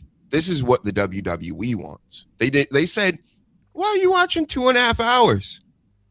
Twitter is like, wait, why are you live tweeting? We shadow banned you long ago. Nobody can see anything you're doing. I've gone from like literally millions of people seeing things I've tweeted to into the thousands. Then it averaged 200 for like the past 2-3 years. And now, just in the past week, now it's 30. So now I reached 30 people with over 11,000 people following me on Twitter. Got it. Back in the day on Twitter, I would not have to engage or anything like that. And every other day I would sit there and check to see who's following me. And it would progressively 1, 2, 3, 4 per day. I'm stuck at a fucking number right now, and it goes down and then maybe up and then down. But we're talking like 5, like plus or minus. That's it. Weird? It's like I was growing, 11.4, stuck there for like 4 years, 5 years now. Yeah. It's amazing stuff. Yeah. Mm-hmm. And all I'm getting now is like, oh, well, such and such followed you. And it's some girl with like, oh, it's always fucking bots. Yeah. Then you go on and it's like, fucking, here's my OnlyFans. It's like blocked. Now I go on and block. And so here are the top reasons I came up with. 1, 2, 3, 4, 5, 6, 7, right? So number 1, the price of the tickets, the price of the subscriptions, and all the different platforms they put them on. So we used to have WWE Network, for the people that don't know, $9.99, everything in one place. They would even come up and go, hey, you want Legends House, you want Swerved, you want the Christian Edge show, right? They're doing all kinds of stuff. It might have sucked, right? But they were at least trying, and they were making their own content. Yep. Then you had the cartoon there, the camp thing, which was kind of weird because that was it was a cartoon on a WWE network during the PG era, and they're like swearing in it. It was like Adult Swim, wasn't it? Yeah. It was pretty funny, actually. So I'm like, it was a good little show, but I'm like, again, who is this for? It's a fucking cartoon for adults where you're swearing on a network. So, okay. But if that's what you want to do, that's fine. At least it was all there.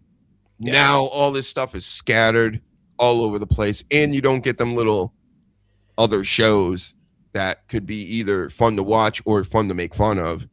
And that's one of the main reasons where I'm like, listen, you're slapping me around and you're telling me, hey, you need to like this, and I don't. So that's one major thing. It's just the overall greed of this TKO business now that they've absorbed WWE. Fuck them. How about that?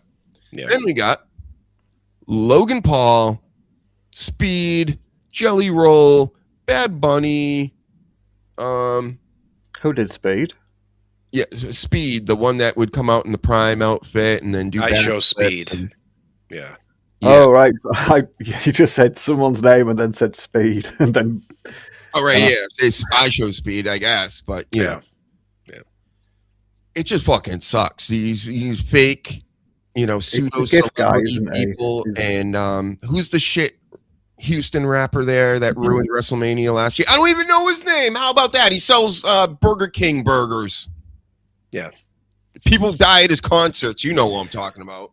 I don't mind the celebrity stuff if it's like here and there, but it's like a weekly thing now, and every single PLE has them, and it's like, all right, we've had enough. If it was like, back in the day when Lawrence Taylor fought Bam Bam Bigelow, you know what I mean? Like, he was the only guy throughout the whole year that was really a big deal, like, celebrity thing. But now it's so much, and it's so many of these, like, B fucking celebrities that it's gotten super, super old. And I pretty much stuck to naming the people that are on the show. This is not naming all the CD celebrities we never even heard of.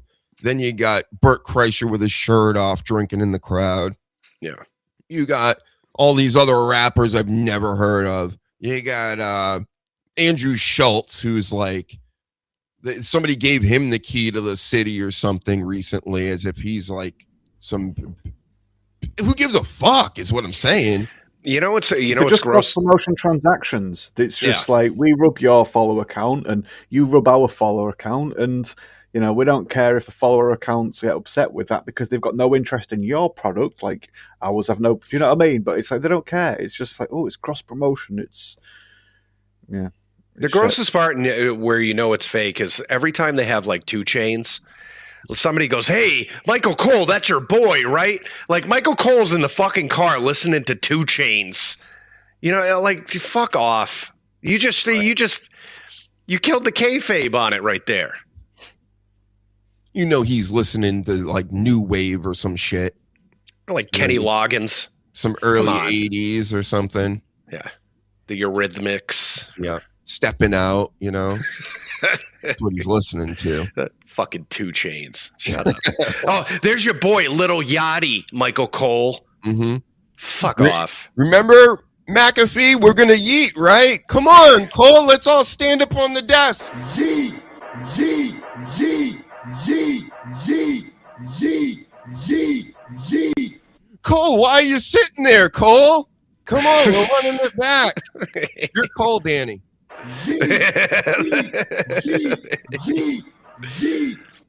And then, like, once a year at WrestleMania, Danny will yeet like Michael Cole to get everyone. Oh, now he's doing it. I'll make you think I'm doing it, and then I'll just say a J instead. And be like, I thought that's what it was. That's what it sounds like to me. I'll get the microphone and start saying it while you're going like this. And Danny screams the N-word while he eats.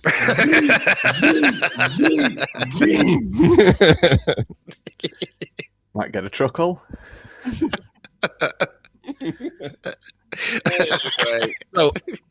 So that also is a reason. All these scumbag Illuminati baby eaters in my wrestling now, get them out. I don't want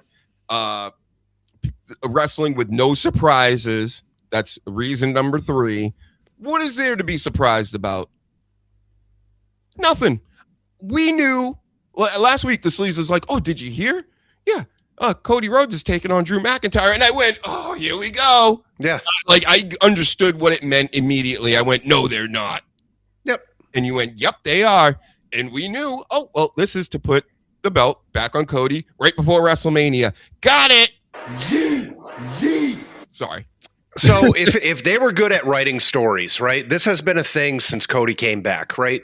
That Cody and Randy Orton used to be buddies and blah, blah, blah. And everybody wanted them to, what is everybody fucking leaving me? All right. So I'm going to go on my rant.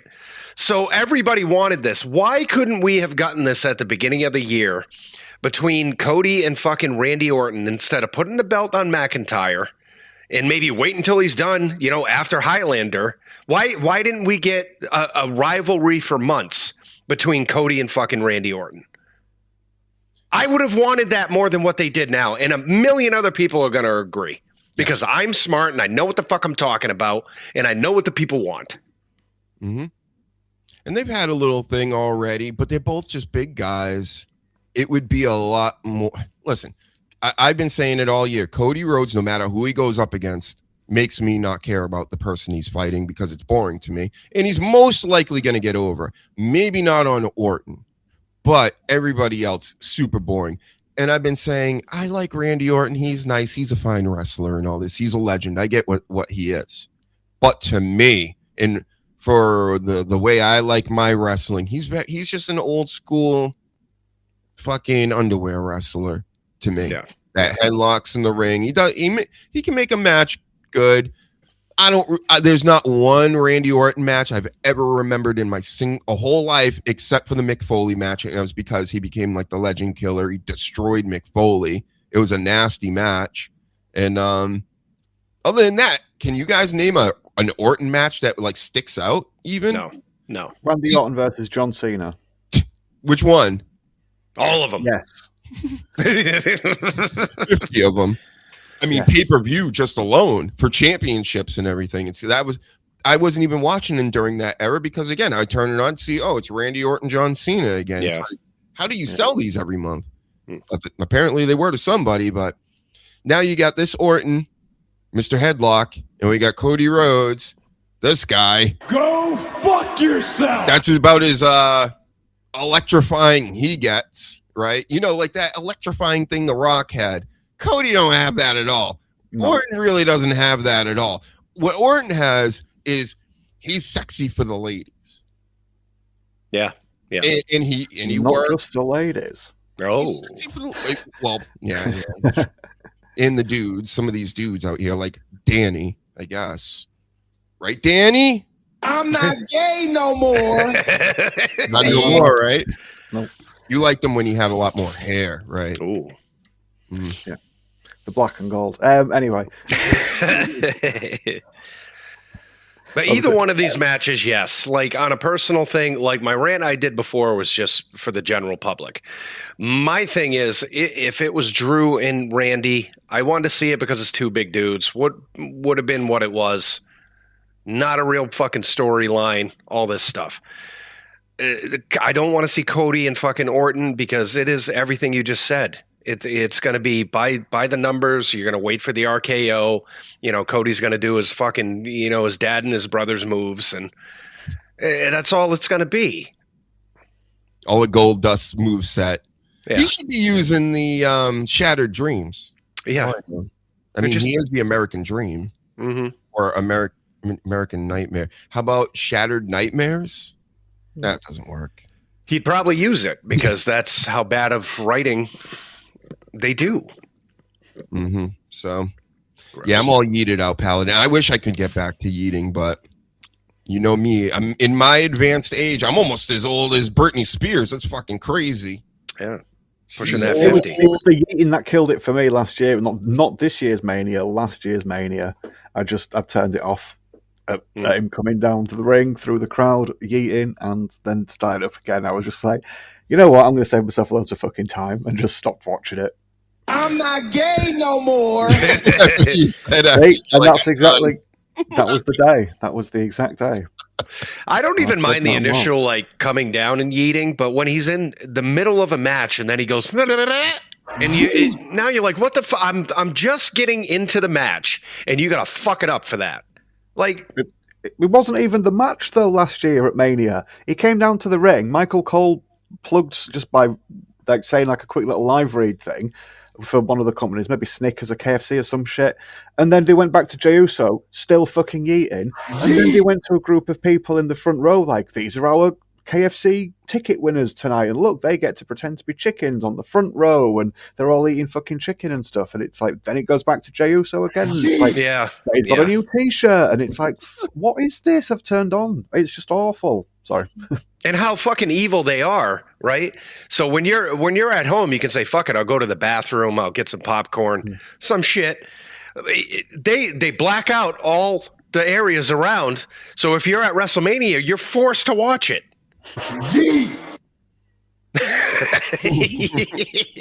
One yeet right there. Yeah, it's fuck.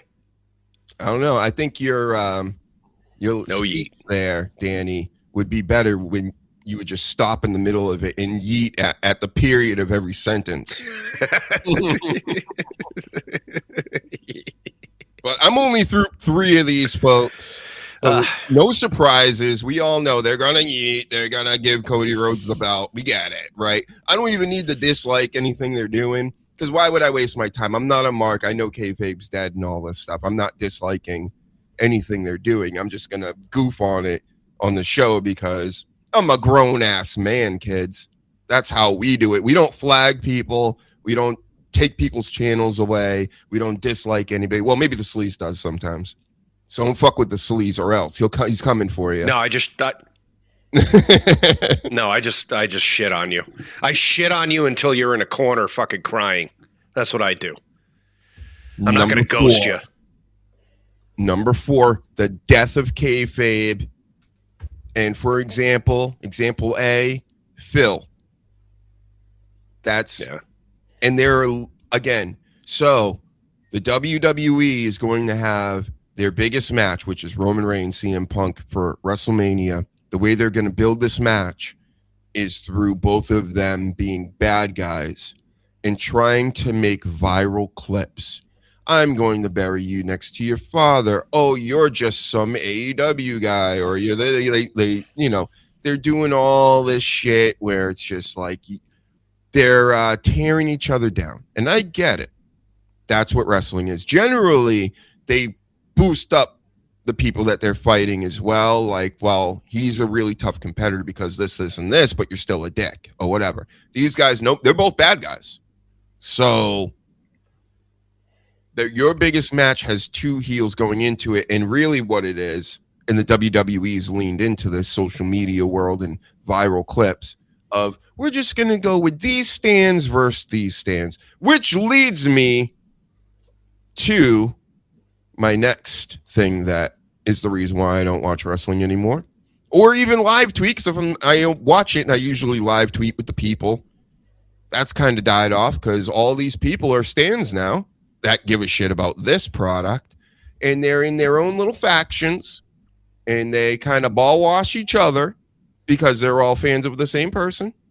And then it's kind of gotten rid of the group of us that used to exist where we would all goof on all this stuff. And it kind of started with the Sasha Bank people, I would say, as far as like the stand, like real hardcore stand people. But now it's gone into everything. And it's like, if you don't like my guy, I can't watch the Dr. Hughes show. I'm going to flag you. You talk bad about one of my wrestlers. And it's like, you're 35.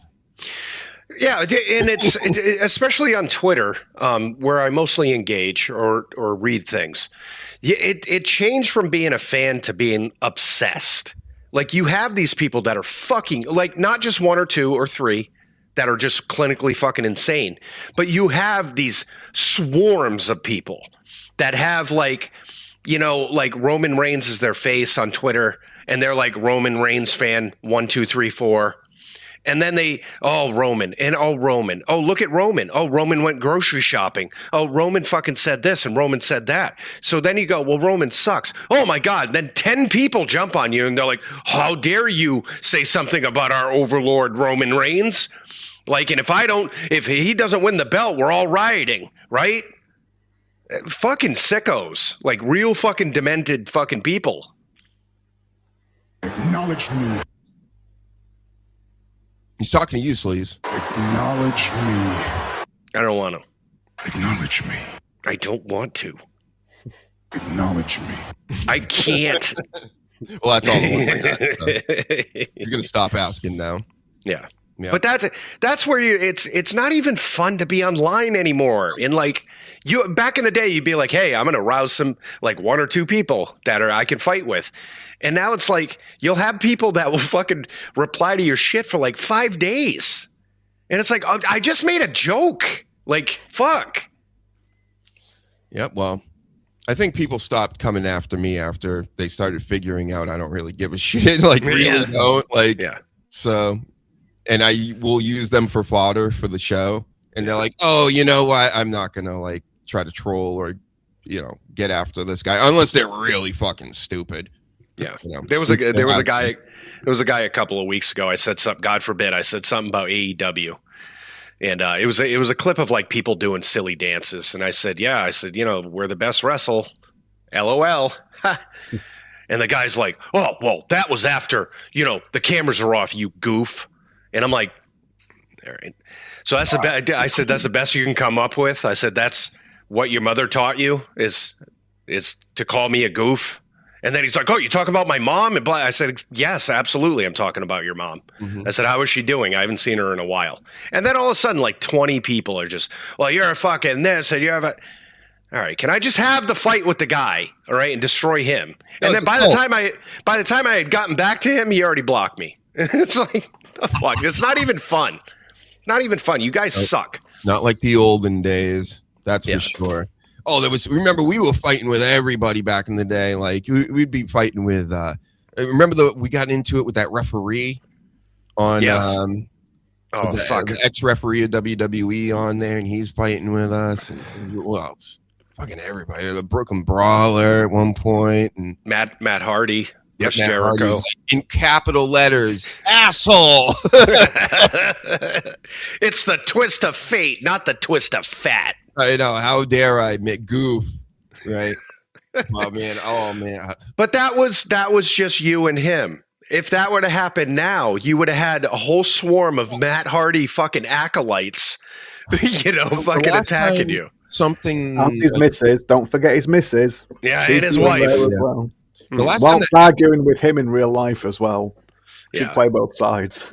Yeah, she's psycho. I wrote to Kenny Omega one time, and my phone was going off for like days. Yeah. And I'm talking to Kenny Omega. I didn't tag anybody else, and everybody's just like writing me like, he's not going to answer you. Why are you trying to talk to him? But it's like everybody is. Yeah. But because I'm negative about what I'm saying, now all his fans are just like, bah, bah, bah, bah, and I ignore all these fucking things. You think I'm reading these? All his fucking secretaries chime in. Like, get the fuck out of here. So, yep, that's another thing. The stands and the fans. It's changed over the years, and hasn't gotten better. I don't like a lot of these people. No, I think they're fucking weirdos. It's very rare. Like I'll put something out, like maybe a clip or something like that, and somebody would be like, "Yeah, did you see that?" And you have a nice conversation with somebody. That doesn't happen anymore. It used to happen all the time. Be like, yeah, I'd put out, let's say, again, Roman Reigns, I put out a clip and be like, "Oh, yeah, I love Roman." Be like, "Yeah, isn't he great? Did you see him Monday?" And you'd go on for fucking, a while talking to Pete. Not anymore.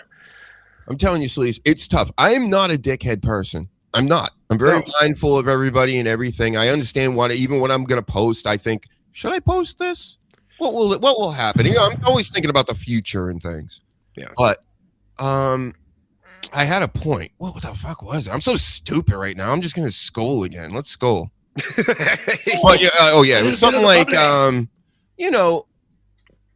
not like just being a dick. I'm goofing around. Yeah. I do a show. I show myself. I know I'm just having fun, and then people like just want to come for you sometimes, and it's just like, listen, man, we can't just like you really don't have a life. You're gonna come after this. Nobody has a sense of humor. They can't distinguish you being serious about it or making a fucking joke. Because I've had that problem too, where I've said something and people, "Oh, I can't believe you just said that." I'm like, dude, take a joke. I don't believe that. Threats because I was goofing on the Undertaker during his retirement, which, by the way, he wasn't retired. He wrestled after that as well. That's why I was goofing on it. So technically, I was right, and people are wishing me dead. Yeah. Over the Undertaker, I mean, the irony. Yeah, because he's the dead man. He's already dead, guys. So go screw yourself. Also, I got two more. AJ Lee, Becky Lynch, just ridiculous lady wrestling. Like all these creeps online. They're like, they're the best wrestlers in the world. And then we need more women's wrestling. Do we? Yeah. Do we? I think we got enough. So that's fucking me up. again, that's kind of linked to the fans deal in the stands. And then the last one, just too much content. There's so much now. I don't need to watch any of it because, again, the feed is just full of clips. There's more clips, and it's easier to watch than it is to watch 3 hours here, 2 hours there, another 2.5 there, another 2 hours on Wednesday, another 2 hours on Thursday. Like, I'm not watching all this. I'm gonna live tweet all this. I could back in the day when it was a 2-hour Raw, 2-hour SmackDown, in an hour NXT or something, and then TNA every once in a while, and it wasn't stale like it was now. I could still make fun of all kinds of stuff. There were botches going on. People are trying new things, and it wasn't working out. I could work with that. Now it's just the same thing every week, every show for hours on end. I'm not watching it. Yeah, not that I disagree with anything that any of us have already slagged off this program with. But have you tried watching wrestling without your phone? Like phone in a different room, so that's all you're watching? Because sometimes that does make a difference now, because we sit and live tweet quite a lot and we're not giving the thing the full attention that you should be. I'm not saying it'd make it magically fucking perfect or anything, but you might enjoy it a little better if you can get sucked into it. But then they advertise like fuck, so they're not going to help with that, but do you get what I'm saying? You've gone quiet. Yeah, no, yeah, I do, and I've done it before. Where it's like my problem is for the show when I'm watching it, I'm trying to see what people are saying so I can get material. You know what I mean, and analyze and all that stuff. But yeah, I've enjoyed like PLEs. I try not to do that. I want to be locked in for the PLEs. I want to sit there and try to enjoy it. So yeah, I enjoy it more when I can sit there and do that. Just because it does dilute the shit out of it. And I'm telling you, when these shows are goofy or good, I would love to live tweet the Vince stuff because there was always something to goof on. You know what I mean? And I could sit there and people would get involved and we would go back and forth. Now it's like nobody sees anything I do unless I'm a reply guy. Again, over 10,000 people following me on Twitter, and I can't like get any reach anymore because why? Because I know what's going on in worldly events, and you know I'm not all pro wrestling like a goof out here, like a real goof like the Sleaze, right? Yeah, like me, right? Ribshot says you should watch all of it and live tweet, you prick. Who do you think you are? I mean, well, here's a prime example right here because Ribshot has sent out 2 of these asshole fucking chats, and we're collectively knowing it's a joke. You know what I mean? So we're not like, well, fuck you, Ribshot, and fuck you. 100%. Fuck you, I'm offended. Right. I don't like people offending me around here, if you've noticed. Every time I do like a Dabbleverse stream lately or have somebody from the Dabbleverse on, like there's like a few of the trolls that come from over there because it's like 50% trolls. And they think they're going to treat me like Stuttering John. Good luck with that because, you know, because you guys are dumb fucks, like he says. And, everything you say bounces off me and sticks to you, you dumb fuck. Ha ha. Yep, get it? Anyway, so nah. I really do. I would like to live tweet sometimes, but again, it's like dead out here. You know, I'll live, and I used to like to do that because that's how I could like set up a lot of my jokes for the show going every week or for the next day or whatever. And then I would actually have a list of stuff because I just fucking spam.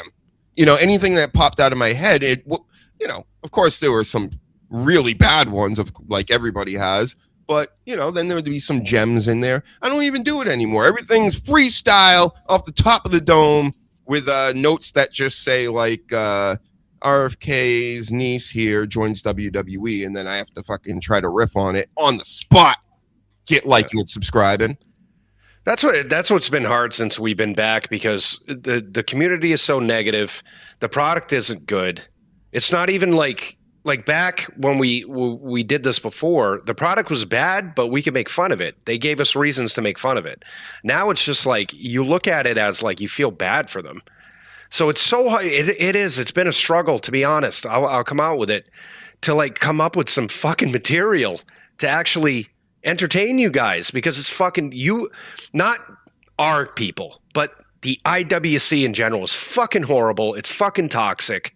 You can't have fun with it. You can't engage because you're just going to be like, all right, I'm dealing with a fucking 10-year-old. And then the product is like, well, I made fun of this 10 years ago because they keep fucking recycling it. So what am I going to do? Go back to our archives and just steal my own shit? It's tough. I mean, that is an idea.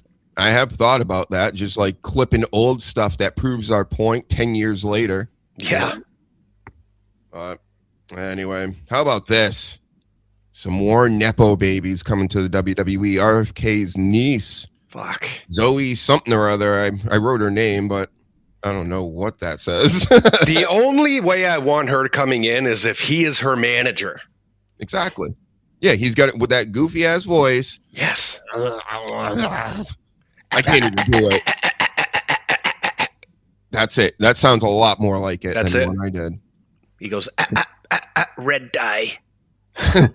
What you need to do is you need to distract the referee. And then when the referee starts looking out, hit him with this crowbar. You know what? He could pull off that old school Vinnie Mac outfit of just the white beater and the jeans too. He's pretty shredded, to be fair. Yeah, he's a fucking unit. Yeah, He really is. Somebody challenged to do pull-ups, and he's just like, it's like, what the fuck? I didn't know that happened.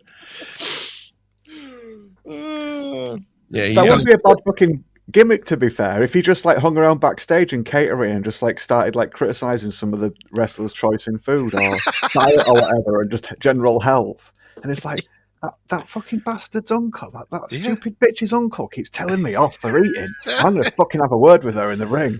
Yes, there you go. You can have that one for free, WWE. Yeah. All 73 writers. Just help yourself. Give us Road Dogg's money. I mean, come on. The fuck? Yep.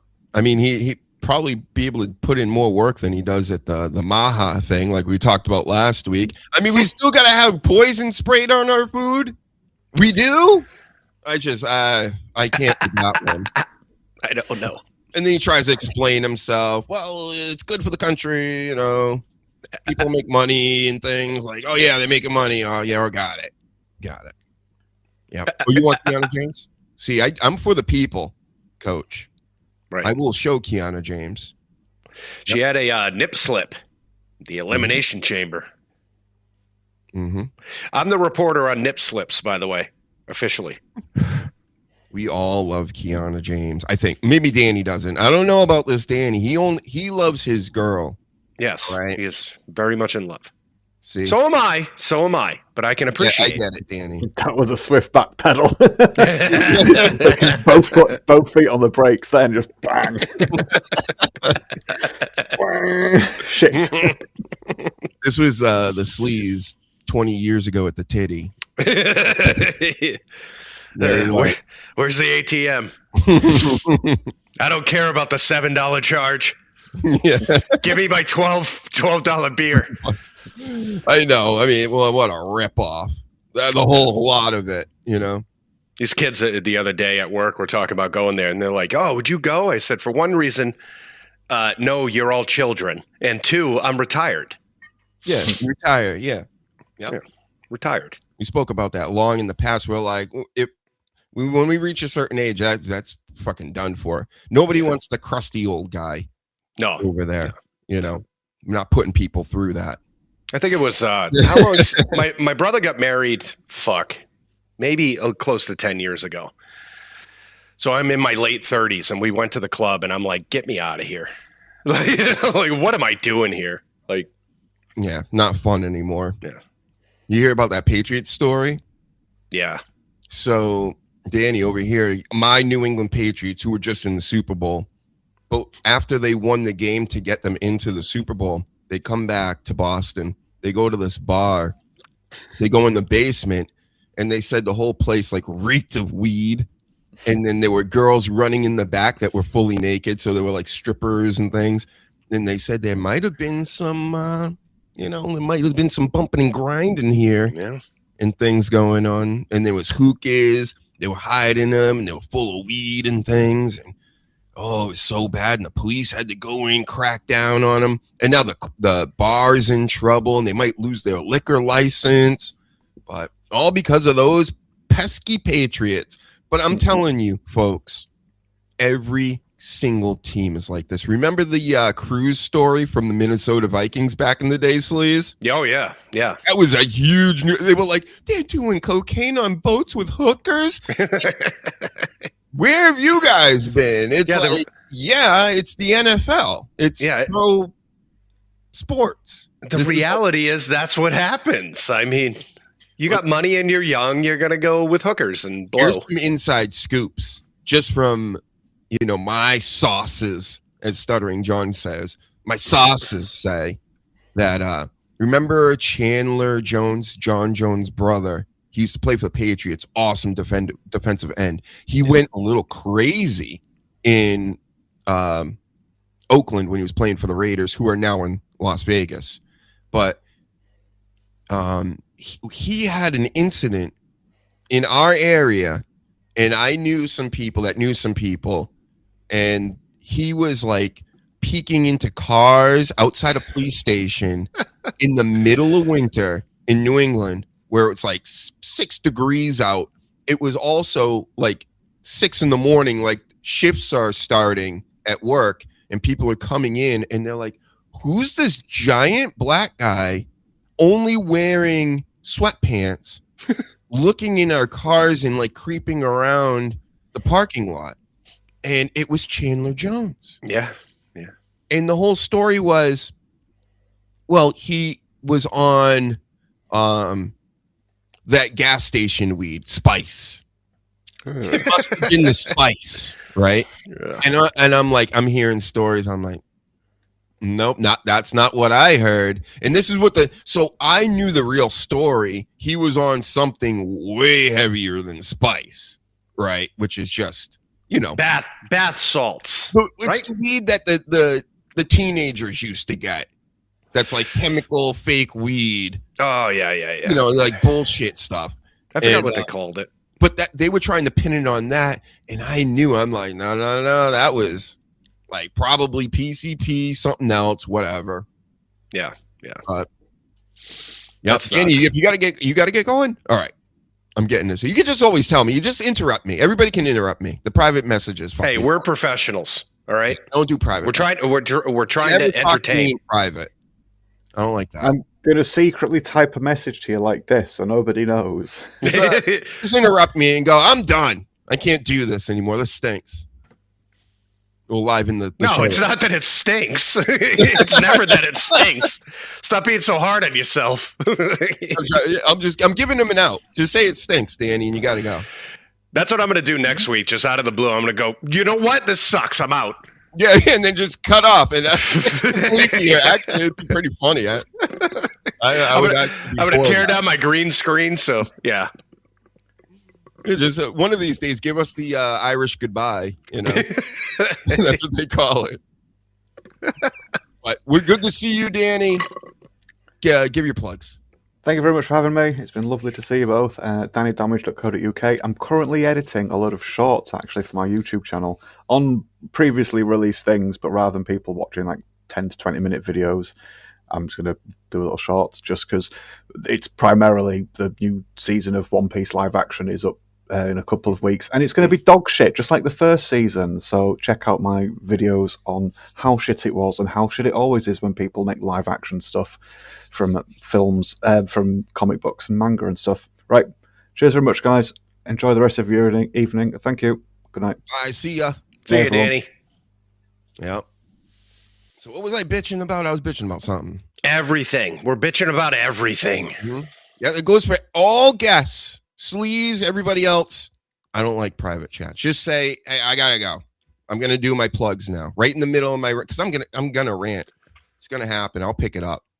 So I'm gonna change it up. One week I'm just gonna storm off. The next you're gonna be mid conversation. I'm just gonna start doing my plugs. Just leave. Don't even do your plugs. Just leave. No, I just want to talk over you and start fucking promoting myself. That's more of a Dabbleverse thing. Do that when we're watching Dabbleverse clips. Yeah. That'll make more sense. Or I just start doing dabs and just pass out in my chair. Fall into your mic. It's gonna be great, guys. Tune in. Listen, rib shot. Michael Jackson's innocent. I stand by that. Yeah, he is. I've done my research. I've concluded if I were to choose, if I had his life in my hands, which he's not around anymore because he was murdered, Fat Jack, in my opinion, I would say, man is innocent. He was saving children. He wasn't fucking them. Thank you very much. I mean, it seems pretty obvious to me when you start to get all the context of all this stuff. How can the FBI, right, Sleaze, monitor, look at all their computer stuff, go like literally strip the man naked, and then and check his genitals out? Disgusting. Pee-pee. Yeah. And then they, you know what they come up with? Nothing. Yeah. And then he goes into 2 court cases with 2 different families or whatever, trying to get money out of them, and he wins both. Yeah. And then people just go, well, it's because he's rich and famous. He won it. It's the FBI is investigating for 10 years. They don't give a fuck about Michael Jackson. No.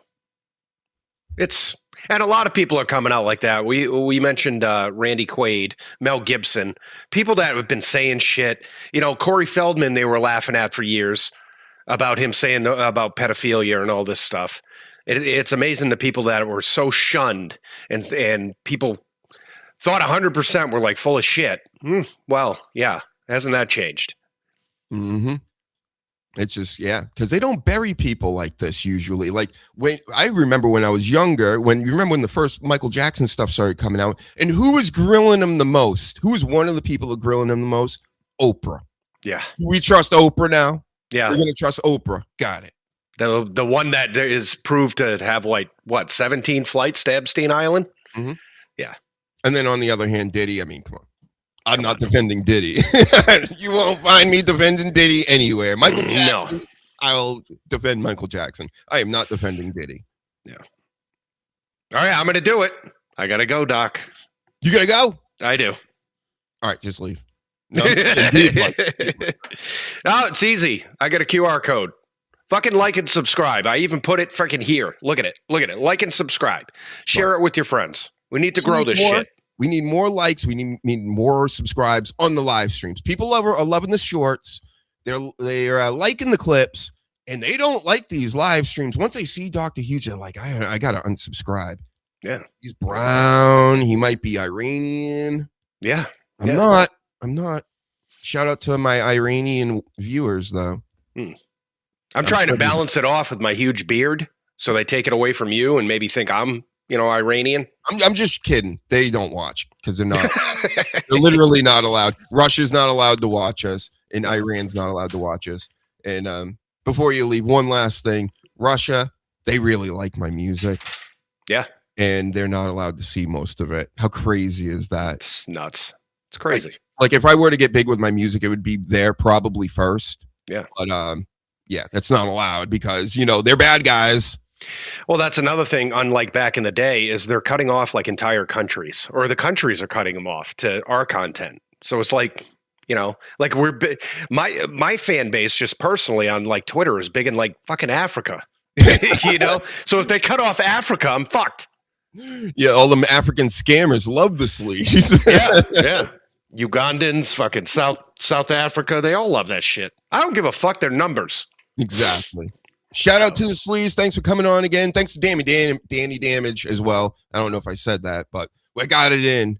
So, yes, sir. Right. Have a good nap, Sleaze. I know that's what you're doing. You're gonna nap just like Danny. I got up. I got home at fucking like 3:30. So yeah, that's gonna happen. Have a good one. All right. Dream about the Dr. Huge show. Thank you. Yes. See you later, everyone. Oh, I still got more stuff for you, everybody. A few more things. So, Obafemi tossed Johnny Wrestling around last night because Johnny Wrestling came out and said, you know what? He said, I'm going to have an open challenge because I'm going to be Johnny Wrestling again. And then he got beat up by Obafemi really, really bad. I bet it hurt, too.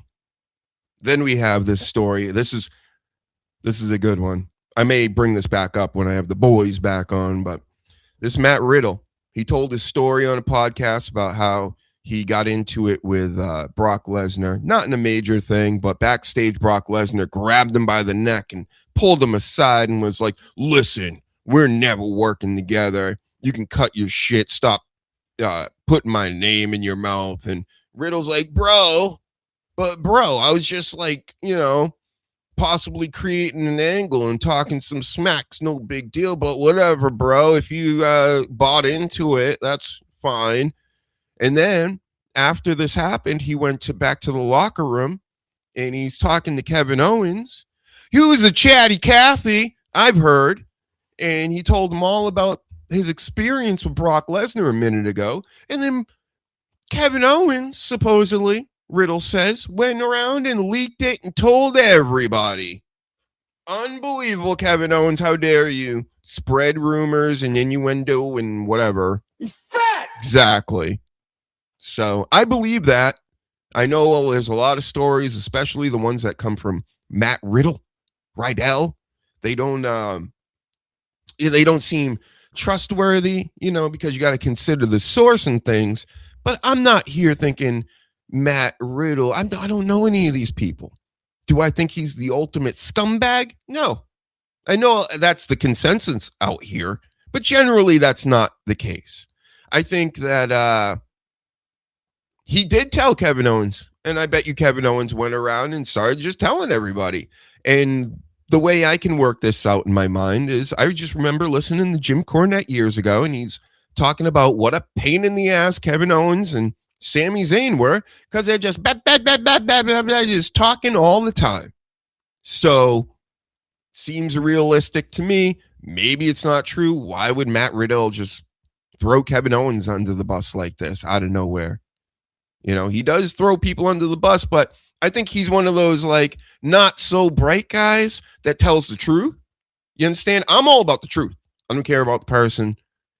If something lines up, makes sense to me, I generally lean in that direction. So, Matt Riddle, bro. He gives me stories at least once a month now. Some good ones. He's doing some great interviews. I would love to have him on the show. Send this to Matt Riddle, everybody. Let him know Dr. Huge is looking for him. I need to get him on the show.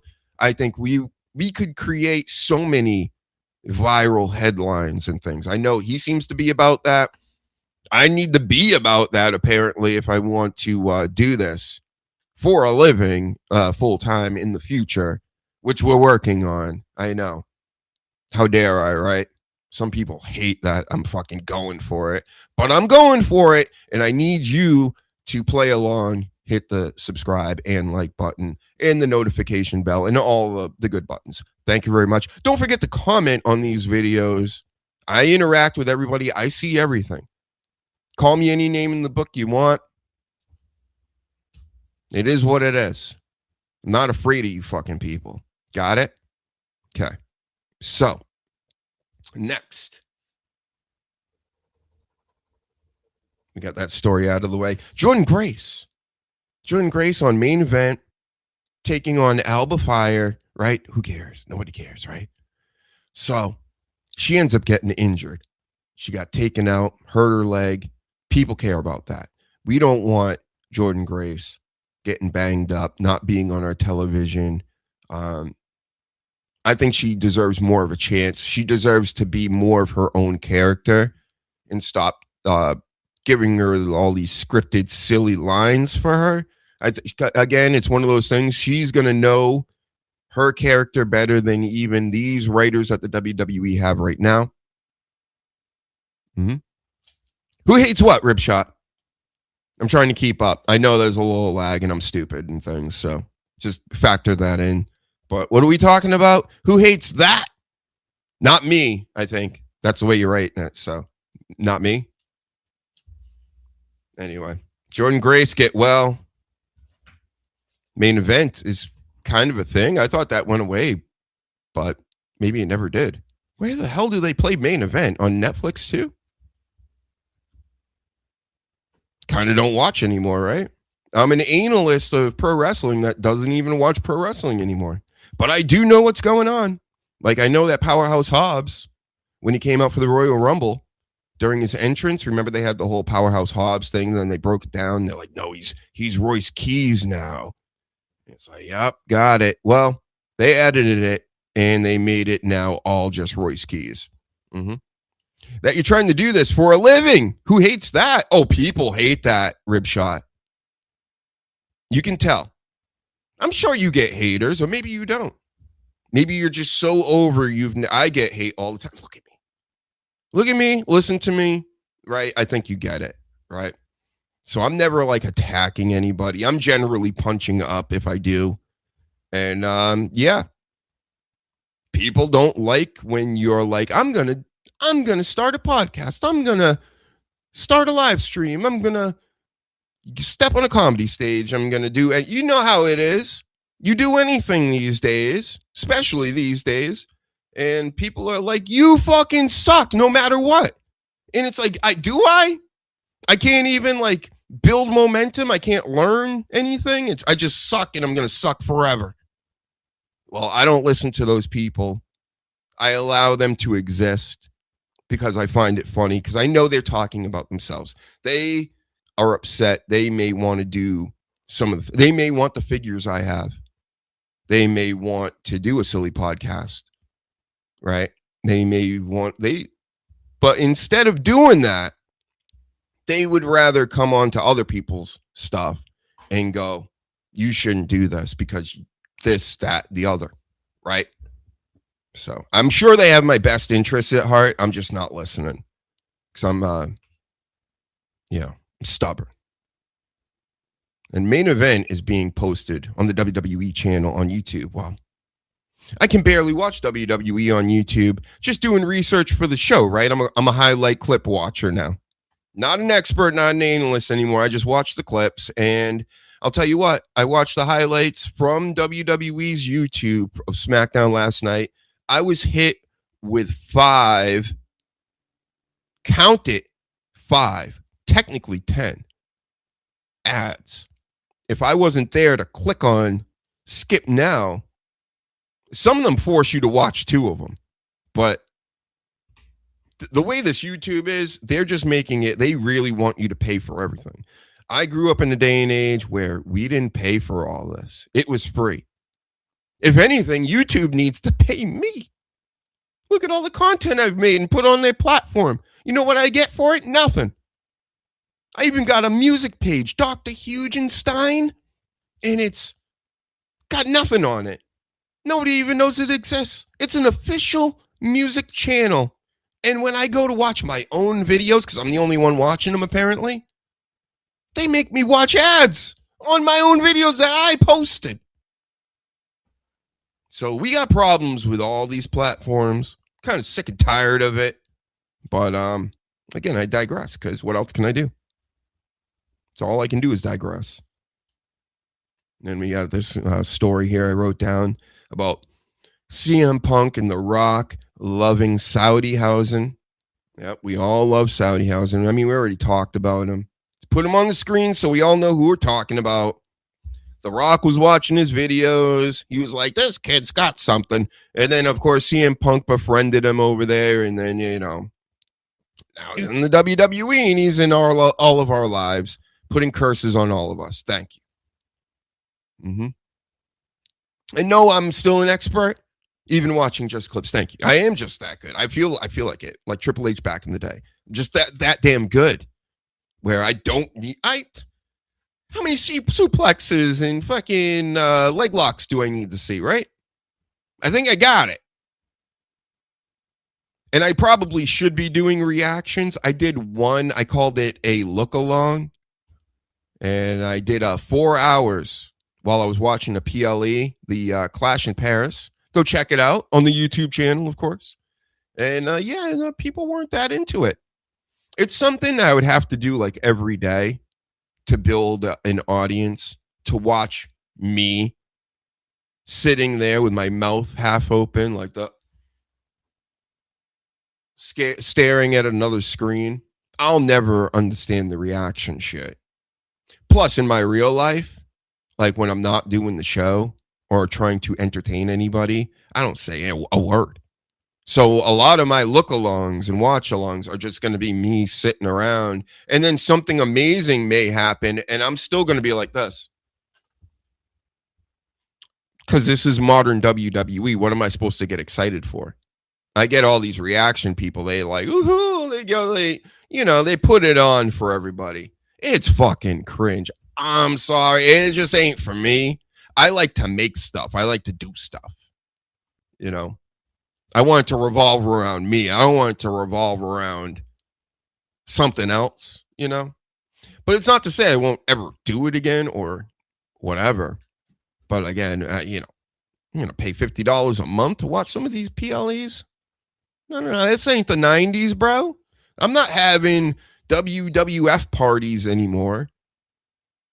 So, yeah, I'm just not. I'm not paying for Saudi housing. I can't do it. So, I'm glad you like him, CM Punk and The Rock. Again, I think Orange Cassidy's next. But, yep. Again, I liked live tweeting even better than the reactions. Live tweeting's better, in my opinion. It's not better for business. So, yeah, I'm sure you're right, Ribshot. I should be doing a lot of things that I'm not doing. But it's kind of because, again, I'm stubborn. I like to do what I want to do. I don't do whatever to get over with the it's fucking boring. You're gonna watch me watch something and then wait for me to like pop to something, and I never pop anymore. When's the last time I popped? Like really popped? Shane McMahon when he returned, and I was like, oh my god, Shane McMahon returned. It's not even the Hardys at WrestleMania. It's like I kind of expected that, even though it was a secret and all this. It's like, oh, I kind of expect it. Just like I kind of expect Chris Jericho to show up. So if Chris Jericho shows up at WrestleMania, I'm going to be like, oh, it's about that time, right? So anyway, one of my last stories, just random. Izzy Dame, super hot blonde chick on NXT, if you didn't know. Used to be a volleyball player. And so it's just a weird story. She was in a volleyball league in like Cyprus or whatever in the Mediterranean. And, of course, I mean, what a weird way to make a living as a professional volleyball player over in the Mediterranean. But anyway, she leaves there because she got a deal with WWE, and she was very shocked by it. So she took the deal with WWE, might have broken the contract with her pro volleyball league, and they banned her for 10 years. So she can never play volleyball again because, I mean, she's going to be aged out by then, I'm sure. So, how about that for a story? And where's my top 3 wrestlers again? You're just here to goon, coach? Is that what's going on? You just want to goon. Well, Nikita Lyons definitely moved up the charts recently. I don't know if you saw that earlier, the clip I played of that. Go check out Trippin' Balls episode 2 on the Dr. Huge Show YouTube channel. That clip is in there as well. And it's one of that clip is goated, brah. So yeah. And the reaction content is big now, but I'm also not a fan of it. My friend likes it. Yep. A lot of people, Paladin, they like this stuff. Maybe I would have to put it on. And I could even tell people, I'd be like, listen, bro, I'm lying. My lip all purple. I'm drinking too much Kool-Aid, I guess. Don't look at my purple lip. But, yeah. I'd rather bitch and complain about all this stuff, not fake react to these things as I ignore the fucking chat. Because I popped into a few of these, and I've tried to be friendly with some reaction people. And I'm like, hey, what's up, bro? Congratulations. They took a picture of you and put it on Raw as, like one of them segments where they're like, look, the WWE universe at home is, look at them fake reacting to everything. And then I'll write this to them, and everybody ignores me. How are you ignoring Dr. Huge? You know I'm around. A lot of you subscribe to me. What the fuck? But I don't exist in your chat? Really? Because the chat moves just as slow as mine right here. So they see me talking to them, and then they literally skip over and talk to somebody else. It'd be like me skipping over what Paladin just said and going, oh, yeah, Rollins, you skull anyway. Oh, a little bit of the bubbly. Listen, everybody, I'm being slighted left and right by everybody. And I'm a great, great guy. So there's something wrong with you guys. Okay, I'm not a narcissist. I'm not the narcissist either. I just don't understand why everybody acts all funny to me my whole life. What is it? What's the problem? Huh? I'm waiting for the chat to move. No, it's not moving. All right. Well, we might as well wrap it up then. I think that was pretty much all of it. I'm going to end this with a dabble clip, or maybe a few of them. Here's another little wrestling note. Conan's leg is getting amputated, from the Wolfpack, LWO, all those groups and gangs. Get well, Conan. I don't know what it's for, whatever, had medical deals. So him and also Buff Bagwell have had legs amputated, and that just freaks me out. I don't like those stories, but I'm reporting back to everybody, letting them know, right? Look, Dirty Jersey in the house, and we will be having you back on soon, Dirty. I'm getting geared up for it again. Got to put on my armor before I get back into the Dabbleverse. And then we got RKO getting involved with Cody Rhodes, big whoop. Trick Williams still getting beat up by Randy Orton. That's how they're building that. And I think that's it, right? Yep, that's it. Let's watch a Dabbler clip from, Speak of the Devil, right? It is WrestleMania season. One of the worst WrestleMania seasons probably ever, Dirty.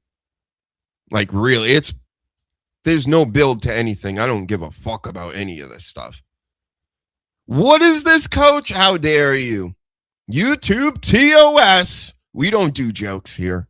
Only one leg to stand on. That's so disrespectful to one legs. Anyway, we're about to watch this dirty clip. Let me get it up here. This is the 5-minuter from Kevin Brennan. So we're not going to be getting into this too much, but you guys got to know the breaking news when it comes to the Dabbleverse. This is breaking news. This is breaking news.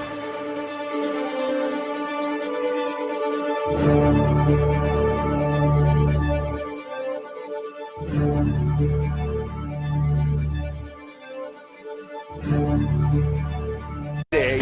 I love that song. Johnny boy, he did it again. Johnny continues to lose. Tell your mommy I said hi. John's on.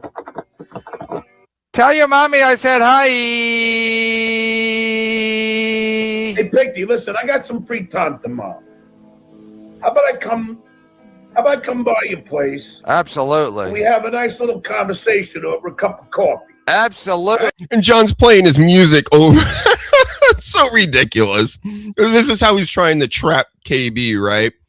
So Kevin Brennan, one of my favorite shows, MLC, watching Stuttering John.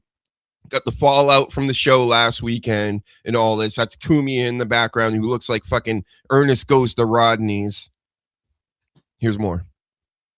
Very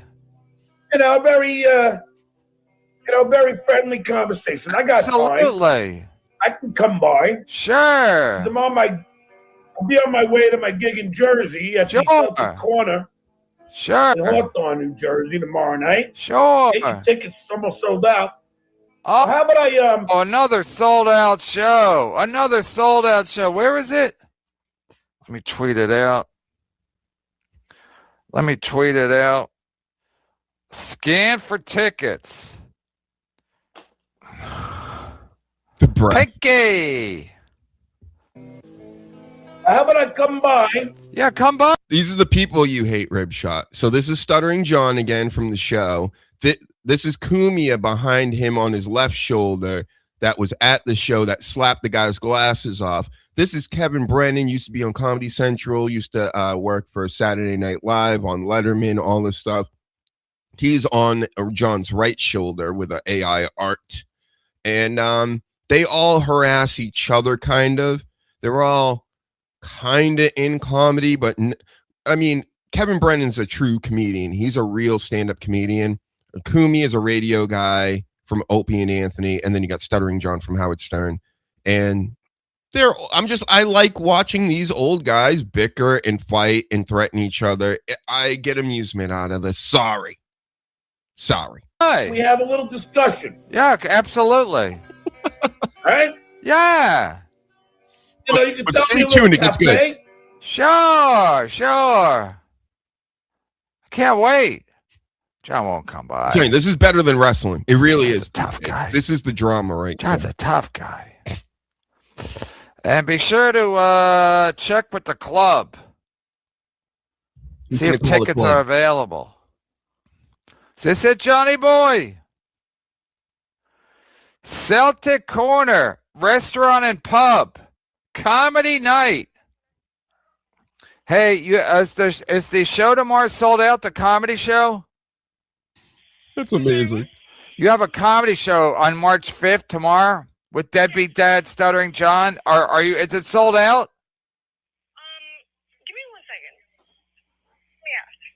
second. Yeah. I love that John uses like a 30-year-old picture too for everything. Nobody even knows about the show. That's what a non-event this is. What a hacky picture, right? If you were a stand-up comedian, imagine you're gonna take the old I'm looking up, can you believe it, folks? That's his picture for this is amazing stuff. Jeffrey Paul, Rich Carucci, I think he's friends with Levy, and old Johnny McCarthy. Mm-hmm. Hello, Celtic Corner. I pronounce it Celtic. That's how much I hate the Celtics. They hang up on me? Hello? Yes. It is not sold out. How big is the room? Because I want to bring a big group. It's big enough. It's not huge, but it's big enough to have a big group in there. Is it hold 50 people? I don't know. I'm not sure if 50 people, because there might be other groups as well, so I'm not sure it would fit everyone. No, how big is the room, though? Can it fit total of 100 people? It probably could. It would be a little bit of a tight fit, but it could. Oh, smaller room. You know this Stuttering John from the Howard Stern Show? He's a deadbeat dad. He was sued because he didn't pay child support. I do not know who that is. So it's not a good look that you're having him at your Celtic Corner restaurant and pub. Thank you. Oh. Thank you. It's just not a good look. There might be picketers. Oh, you think so? Yeah, I'm thinking about bringing one of those big rats that they do at union jobs. Okay. So I'll see you tomorrow. That's my favorite part. So I'll see you tomorrow. Just hangs up. So there you have it, folks. And then shortly after this, Kevin Brennan had what's his name on? The owner of Rodney's on, or the guy that manages it, one or the other. And that was the show that John just did this past weekend. And in the middle of the broadcast, John managed to copyright strike KB and get his channel shut down, at least for the day. We'll see if KB comes back tonight or what have you. I don't know the rules. These guys really don't know. Nobody knows the rules anymore. Nobody knows what's going on. So I'm just trying my best. I'm just trying to get the subscribes. I'm just trying to get the likes. Thank you very much. And that's all we're doing here at the Dr. Huge Show ourselves. Exit out of that. And now we're wrapping it up. Get ready to talk to Dirty Jersey. Now that you're in the chat right now, make sure your audio is on point. 1 time, I'll deal with it. 2 times, I'll deal with it. 3 times. If your audio stinks, I'm going to put you in a cripple across face. Deal? You got to let me put you in it, though, just in case you're a large man. Get it? Thank you. Mm-hmm. For 1 p.m.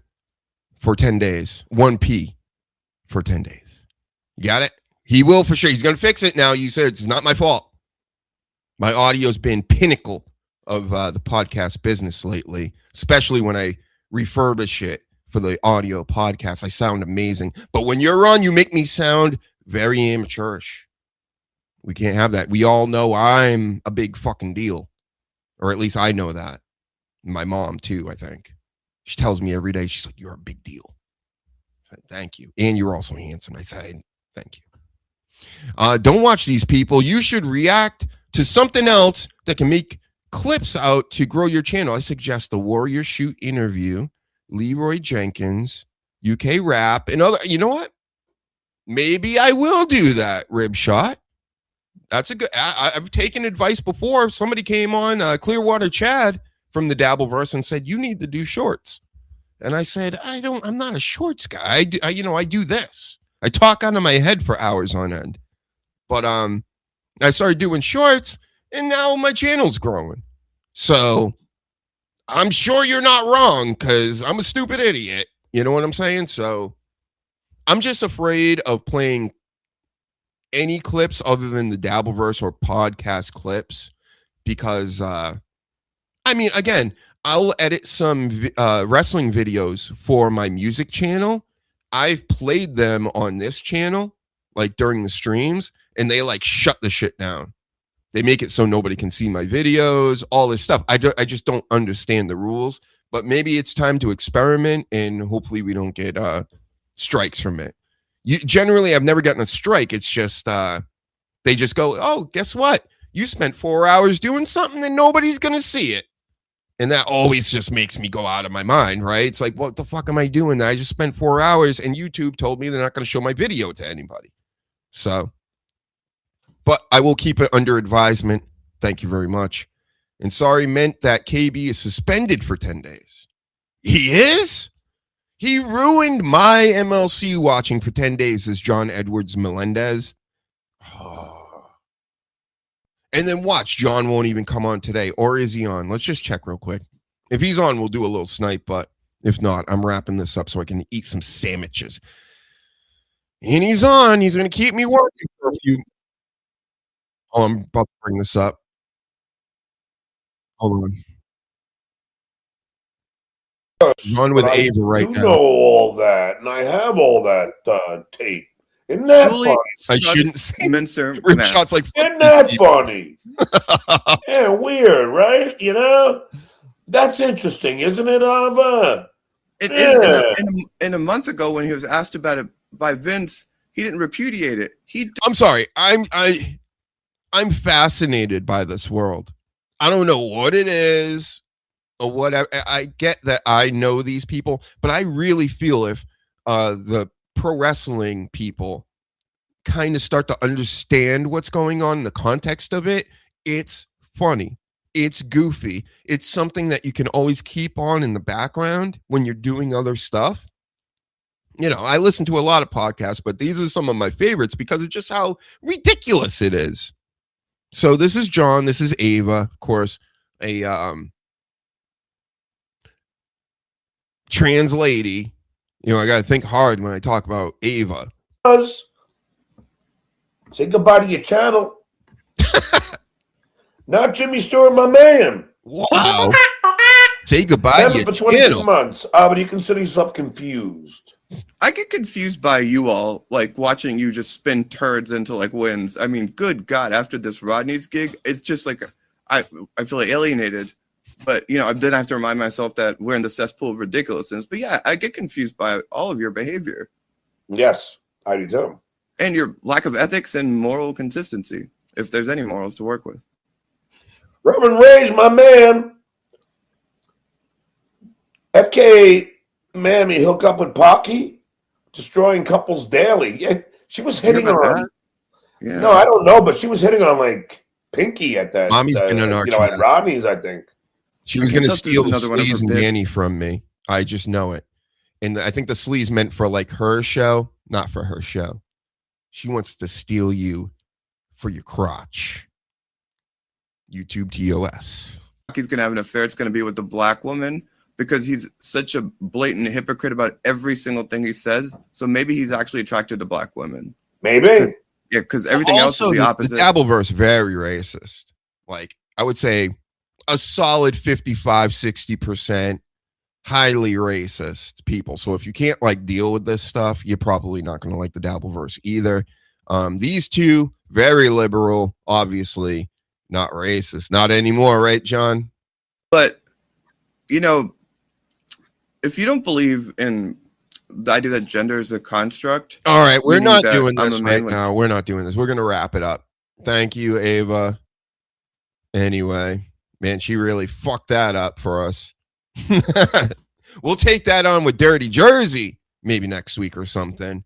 Stay tuned for all this. I may be even on other Dabbleverse shows this weekend, so stay tuned for that. I'll let you know because, of course, I'm a professional. When I go on other people's shows, I let you guys know about it. People come on my show, nobody even they don't even fucking make a post about it. Huh? Got it. I get it. I've gone through the stages of listening to bad content, but I've tried to watch you reacting to Stuttering John a few times, and it's uninteresting. Just my opinion, of course. Well, yep. And we all got one, just like booty holes, right? So, listen, first and foremost, because, you know, this ain't some rocket ship heading to the moon, Pat McAfee style. I got to kind of hang in realms where I'm having fun. Do you know what I'm saying? So that's kind of why I do it, because I think it's great.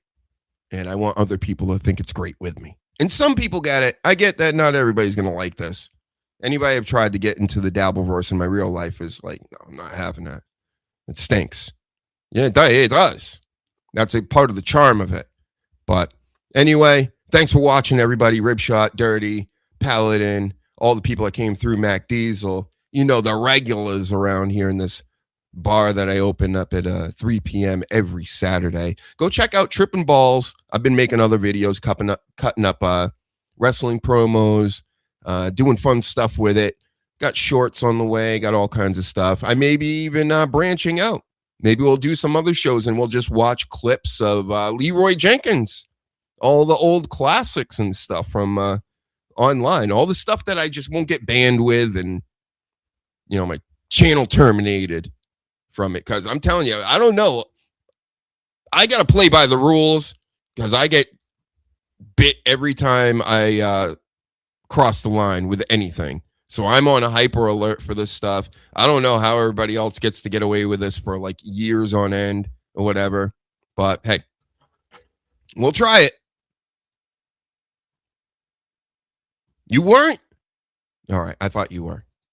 But never mind. It doesn't matter to me either way. I appreciate the support. I like, hey, if you're watching my show, I like you. How about that? Everybody's cool with me. I'm not a bad guy. I'm telling you, not like everybody says. I may say things people don't like and have opinions people don't like, but I mean, get over it. What do you got, a low IQ? If you got a high IQ, you're supposed to accept other people's opinions. That's what I do, right? So I can't be right about everything. I can't be, right? Even though I've been right about most things. Thank you. Another great one, another banger after banger. Again, if this is your first time watching or listening, subscribe, hit the like, maybe even share it to somebody. Show this to your people, because this is really the only way I grow is through word of mouth and shorts. So we'll check you next time. Shout out to Sleaze, Danny Damage. Shout out to Jess. I think she's on holiday. We're doing it. We're killing it. And we'll talk to you guys later. Yeet!